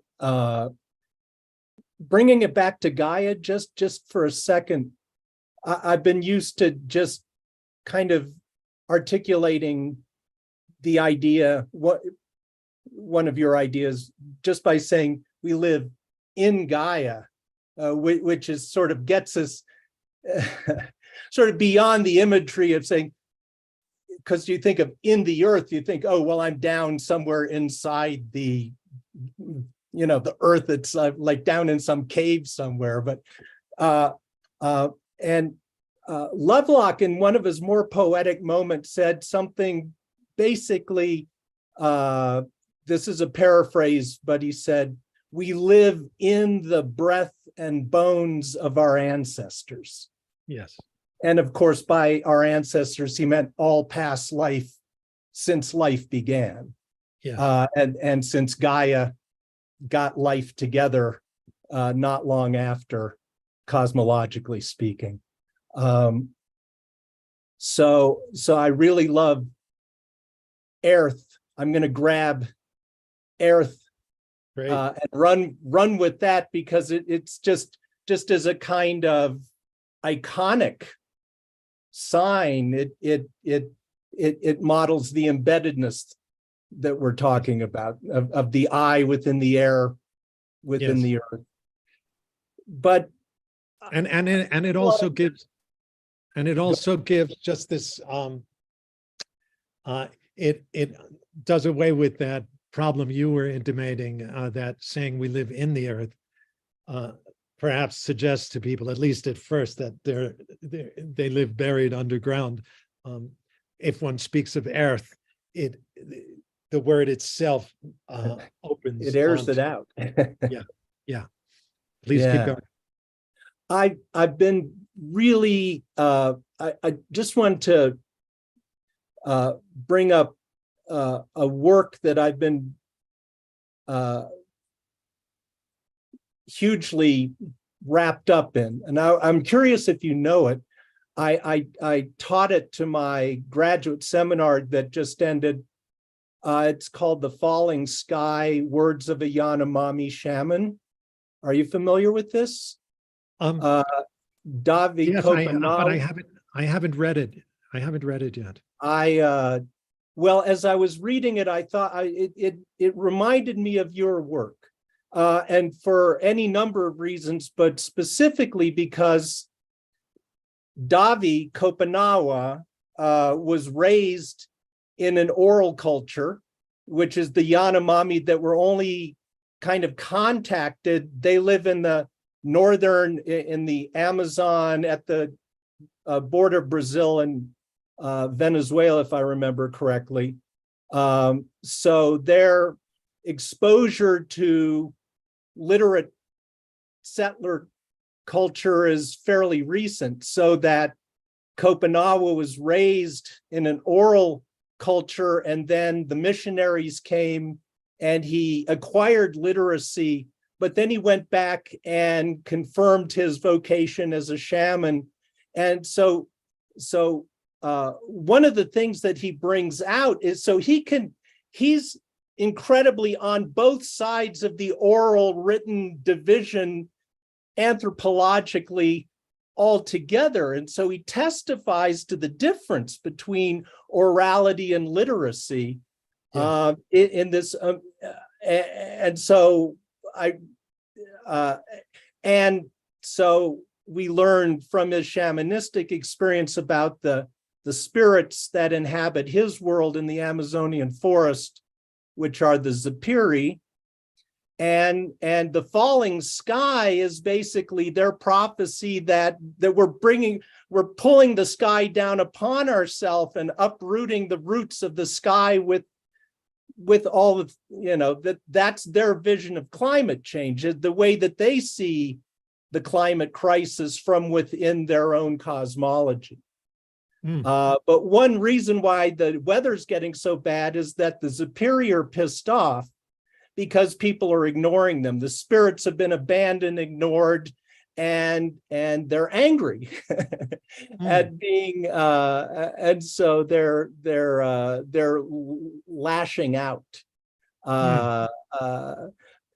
In any event, I just put up a short article on my blog called Gaian Systems, which is like an introduction to the falling sky. And so I'll put it in the chat here, and I hope you'll I hope I want to proselytize for this wonderful book, which is co-written by Davi Kopenawa and a French anthropologist named Bruce Albert. And so the whole work of bringing his testimony about his cosmology into writing is so that it can be disseminated beyond his culture and to the world generally. So he has to commit it to writing, but he's perfectly conscious of what that means.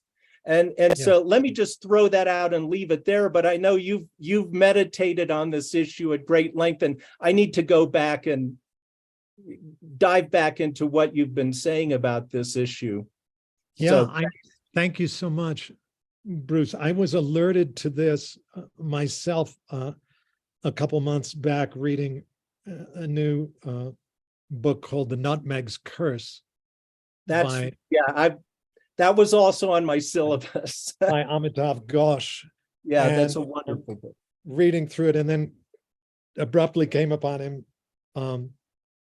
He was speaking of Davi Kopenawa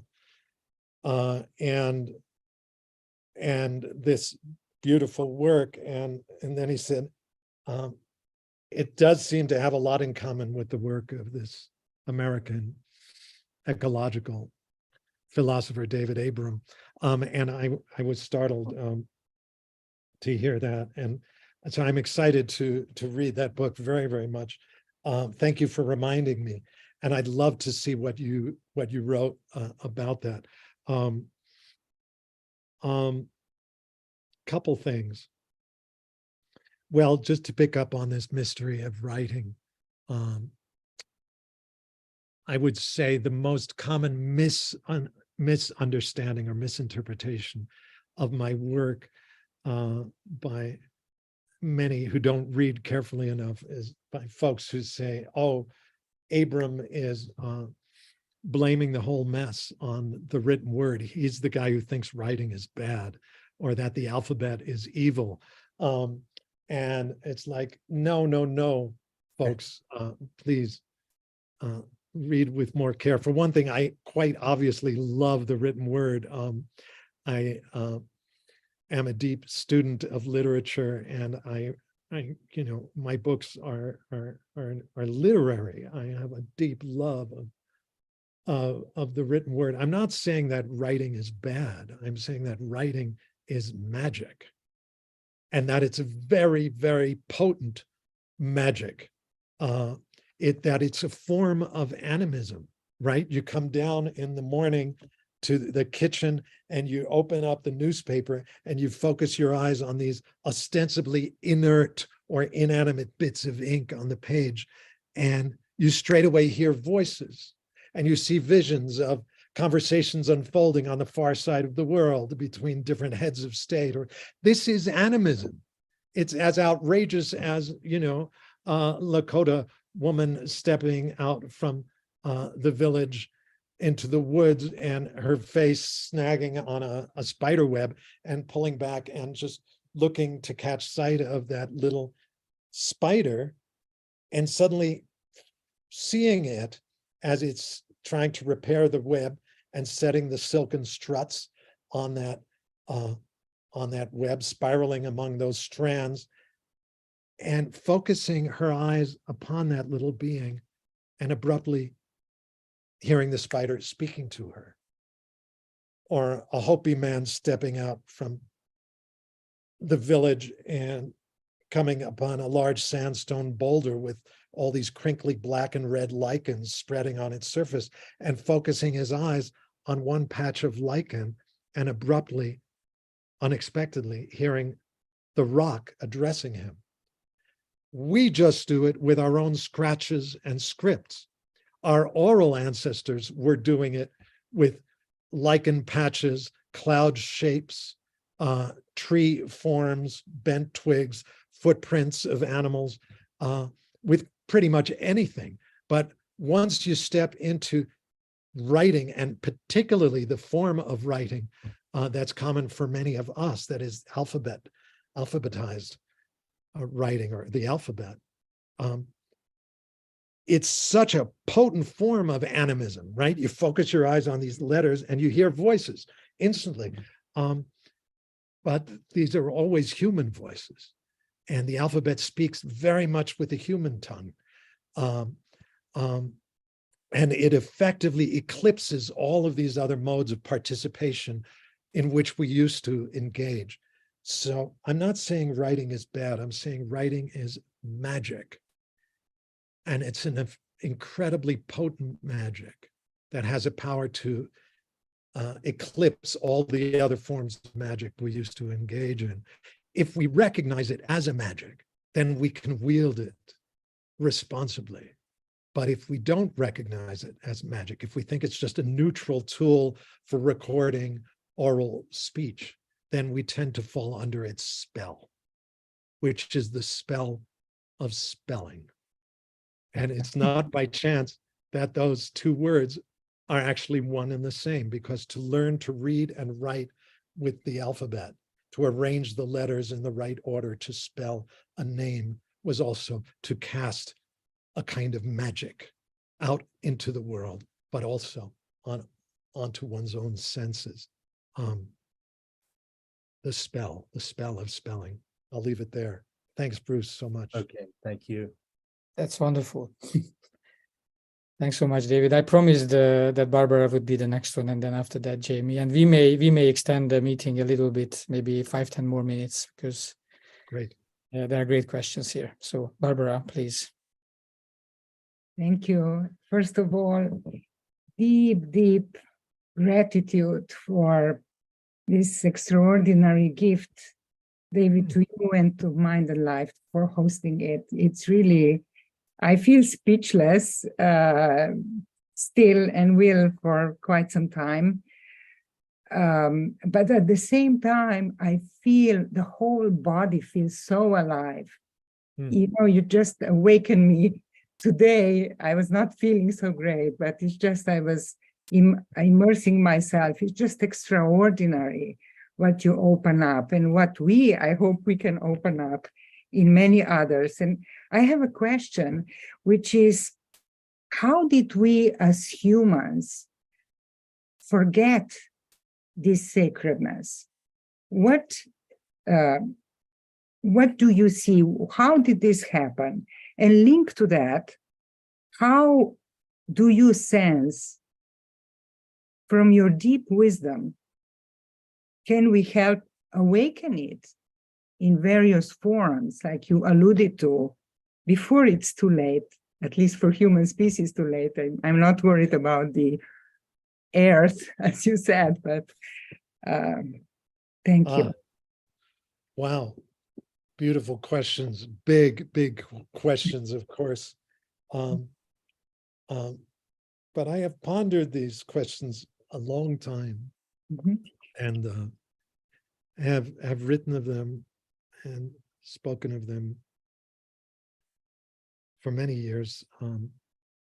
So I'll just have to pluck, a couple simple threads, or one thread for each of these two big questions. How did we forget? Of course, there are so many elements, so many factors involved, but I'm going to speak of one that I think is especially key, and that has been profoundly overlooked or not noticed, with regard to the forgetting of the air. And the mystery of the air, and the holiness and sacredness of this mystery. And it's linked to what I was sharing just a moment ago in response to the last question, but also to what I was sharing in my talk, that the earliest alphabet, and when I speak of the alphabet, I want to say that every writing system affects our senses in a unique way.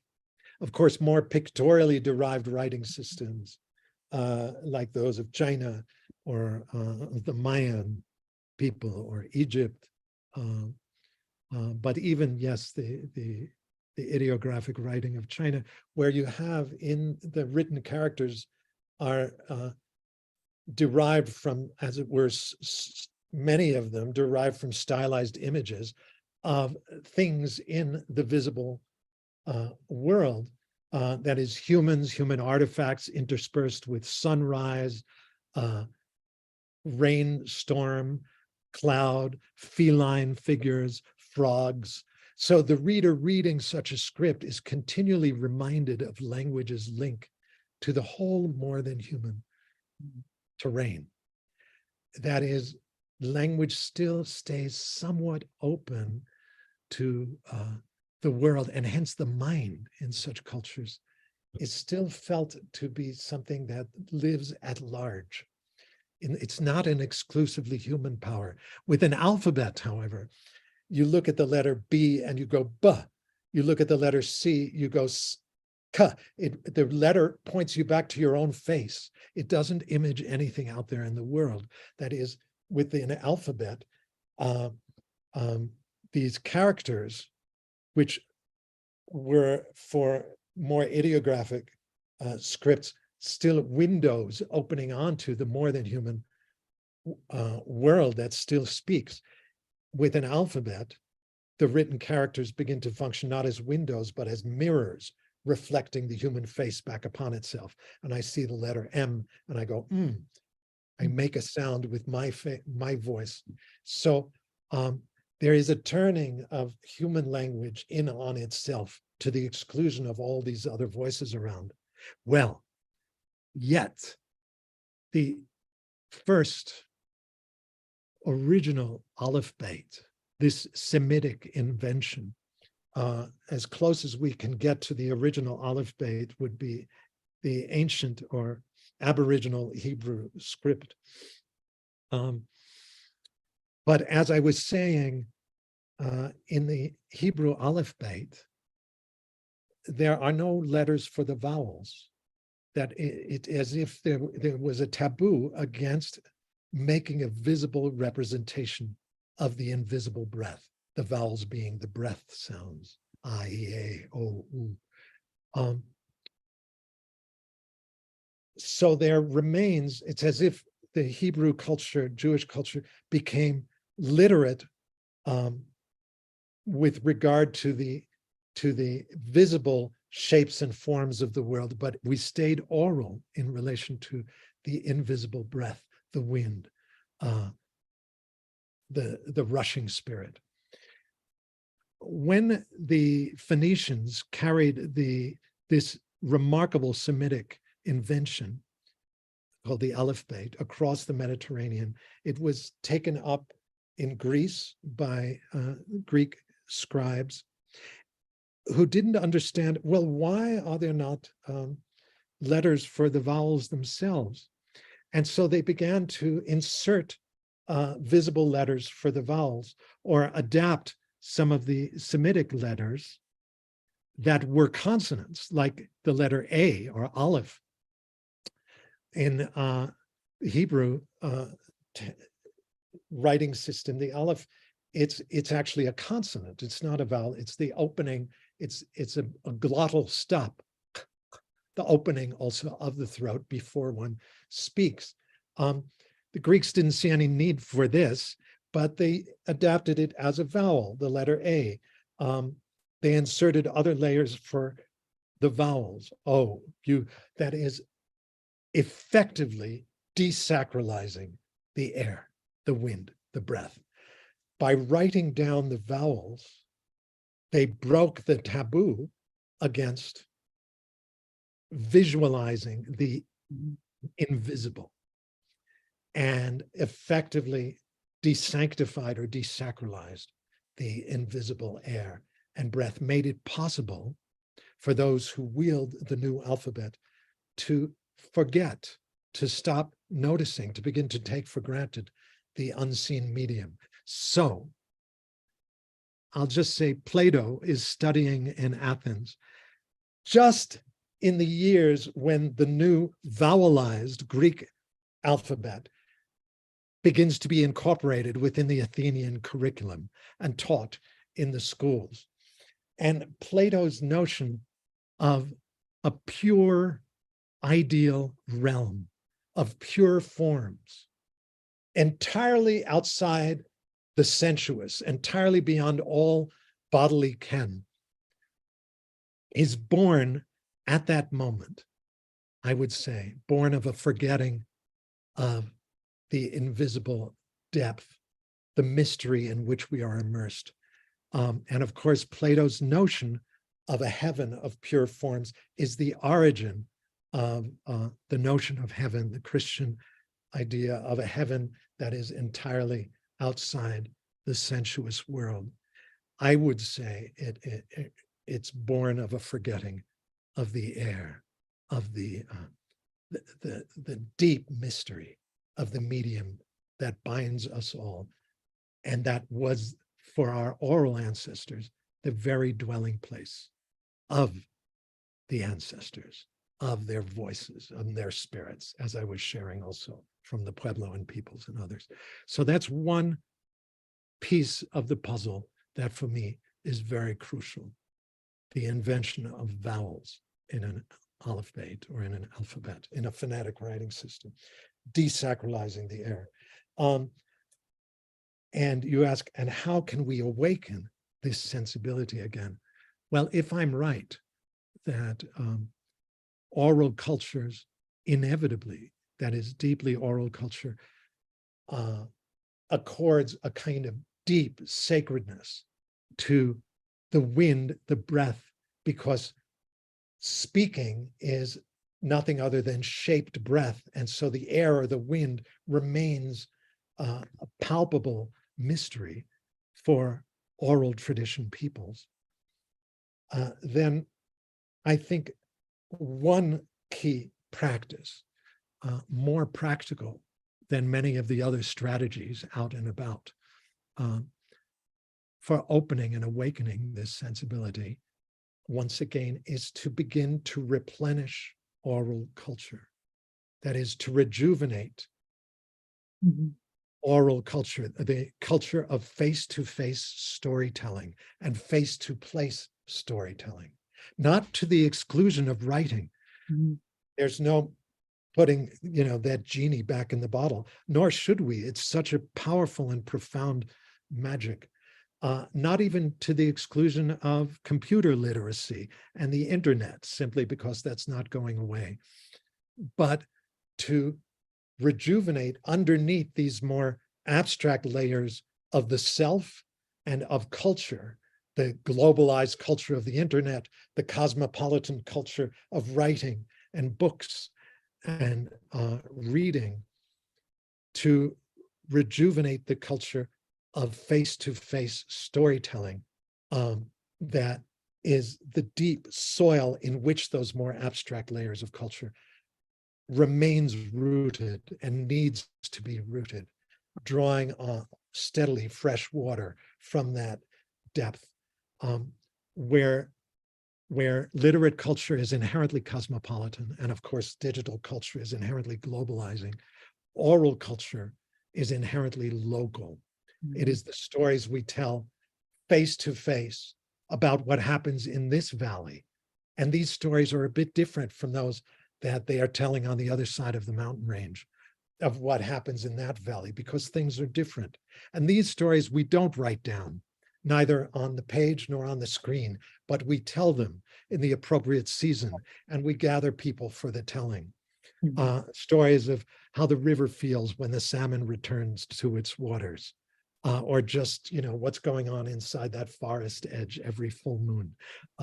And we gather people for the telling in the appropriate season out in the land. So rejuvenate the culture of face-to-face and face-to-place storytelling. For me, this is a key strategy, and why I love it is because it is fun. It is delicious. Any child can help us with this practice. And we need to replenish that art and that craft. Thank you. Thank you. Really. Thanks so much. That's wonderful. I'm just wondering if we have some time for the last question, David. I don't want to exert you and take too much of your time, but Jamie was signaling maybe. Please, I would love that. I'm perfectly happy being here. I'm sorry. I'm sure for some of you it's getting late, and please feel free to leave. Sure. And I would like to thank Carola, and before leaving, of course, Diane and Christina for their comments in the chat. They were not framed as questions, but they were beautiful comments. Thank you so much. And if you would do me the favor, Gabor, of just We will. copying the We chat will. and send it to Yeah. me. We will. Because- We will. Okay, good. We will. So Jamie, your last question, and then we will adjourn. Thank you, Gabor. And firstly, deep thank you, David. I listened to much of your initial sharing in Carr Woods in the north of England, Oh, self-styled druid of Carr Woods here, fantastic. for, you know, kind of lightly held and creative, what do you call it? Magical activism or something. So my professional life is spent taking messages about inner development and wisdom to unlikely places. Primarily in the British Parliament, I've been running a think tank about mindfulness, the best part of 10 years. And I'm now working for the Inner Development Goals, sort of director of narrative and policy development. So it's a lot about For inner what group? development goals, it's Oh, called. okay. And the think tank is the mindfulness initiative. I'll put a link in the chat. And I came across this phrase a few years ago. It's like, you know, I don't really do policy development. I do this. I'm a narrative entrepreneur. And so I'm being sensitive to where the framing of policymaking or public discourse is, and having a think about where we want to go, and making interventions that are timely and can be heard critically. So this is to continue the last theme from Barbara about communication. Because, you know, I really hear that, you know, as Richard Rorty said, was it talent for speaking differently is the principal, you know, instrument of social change rather than arguing well. And I really hear from what you're saying there, and I feel it in my body. You know, I you know, love engaging with this, and I can get to be reminded of it bodily, and I can feel it, the change happening within me. And then I've got to go into Westminster, you know, seat of Parliament with a suit on, and try and take something of that to that environment. And the Inner Development Goals is working internationally in policy. So like Rwanda, Costa Rica have signed up as sort of formally adopting this framework of inner skills, qualities, capacities that will help us to transition to a more equitable and sustainable world. And they're doing it out in businesses as well. So you've got the chief executive of Santander or IKEA, or, you know, and we have access to these people. And we are coming with a communications framework, in the case of the Inner Development Goals, that we think can be heard, it's simplified, it's, you know. And in the case of my work in particularly climate change and inner development, I've got this report called Reconnection. Again, it's like, what can be heard there? So you said, you know, speaking in a way even a child can hear a couple of times. And I think a child can hear more easily. There's less unlearning to do, right? There's less of a paradigm to overcome. And I suppose, have you got any tips for that tension? Like speaking differently, being heard. And sometimes, you know, in some environments, speaking as differently as you want is fine. But in other cases, we have to measure it. And I have to say that, you know, I invited like Dan Siegel to speak to parliamentarians, and he went well off the deep end with his more sort of mystical stuff around, you know, quantum, linking up quantum and consciousness and that kind of stuff. And I was like, oh my God, Daniel, you know, you've gone way too far. They're gonna like walk out, but they loved it. They lapped it up and they went on for longer, and there's extra questions. So sometimes I can do them a disservice, you know, about what they can hear. But in many cases, they will walk out the room at the mention of like social change or something like that. So I just wonder if you have any kind of, not social change, but like social justice, or like, you know, they have particular trigger points and they'll be often out. So how much engaging with perhaps more conservative audiences have you done? And have you got any tips for bringing, you know, I really think that this is the speaking differently we need, but do you measure it? Do you measure, or rather limit, the full depth of it sometimes? Oh, yes, of course I do. It really is a matter of skillful means, yes. Meeting others where they are coming from. But for this work, for my work, it does feel terribly important to notice and acknowledge that underneath our more surface layer of our positions in society, our particular business selves, we are all still animals. That we have bodies, if we're not even willing to acknowledge that we are bodies, but we have our full-bodied selves, which are, as it's generally acknowledged now, co-evolved with the other animals and plants of this world. We are earthly creatures. And so it's always possible, I find, to engage and touch and call to the surface, call out this creature that is inevitably present in every person if he or she is still breathing, if their heart is still beating. But it takes great care and skill, because as you yourself were in some ways implying, to use abstractions, to speak in very highfalutin abstract terms, does nothing to touch the human creature or animal in us. Rather, it forces us to always withdraw from our senses and climb up into our neocortex just to understand what's being spoken of. So for me, a key clue is to always be trying to speak as a full-bodied animal. That is, to speak with as an embodied being, not as a mind that just happens to be inhabiting the body. Well, what does that entail? It entails listening to or attending to the sound and the sound spell of your speaking, because the body is listening and attuning to the song of a person's speaking. And in fact, even as I'm speaking just now, I'm using words, but I'm also, there's a kind of sing-song. That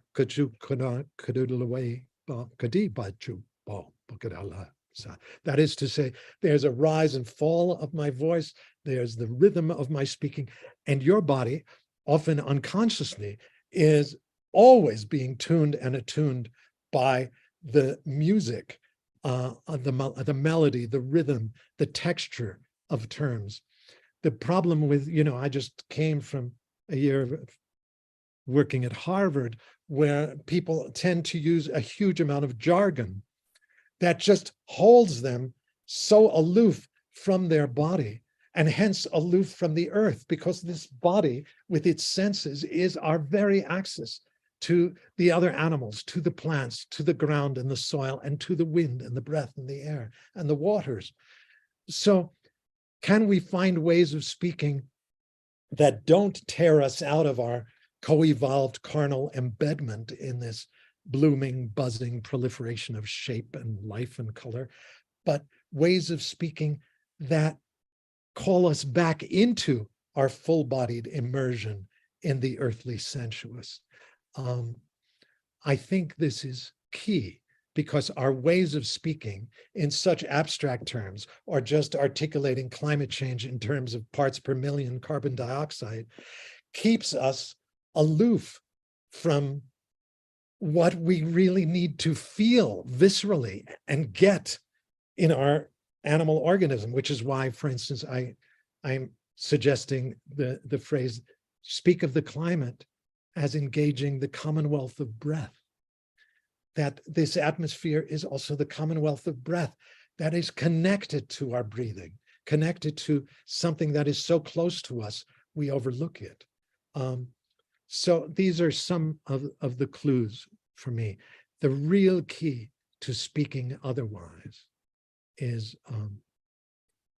speaking as a full-bodied animal, a human animal, full-bodied human creature to other full-bodied human creatures, by attending and paying fresh attention to the sound spell of your speaking, and never using words that are more abstract than are needed. Friends, even, you speak of yourself as a narrative entrepreneur, and that's lovely, but to realize that narrative is just a sort of fancy way of saying story. No child you're speaking to will understand the word narrative, but they'll all understand the word story, which is what you really mean.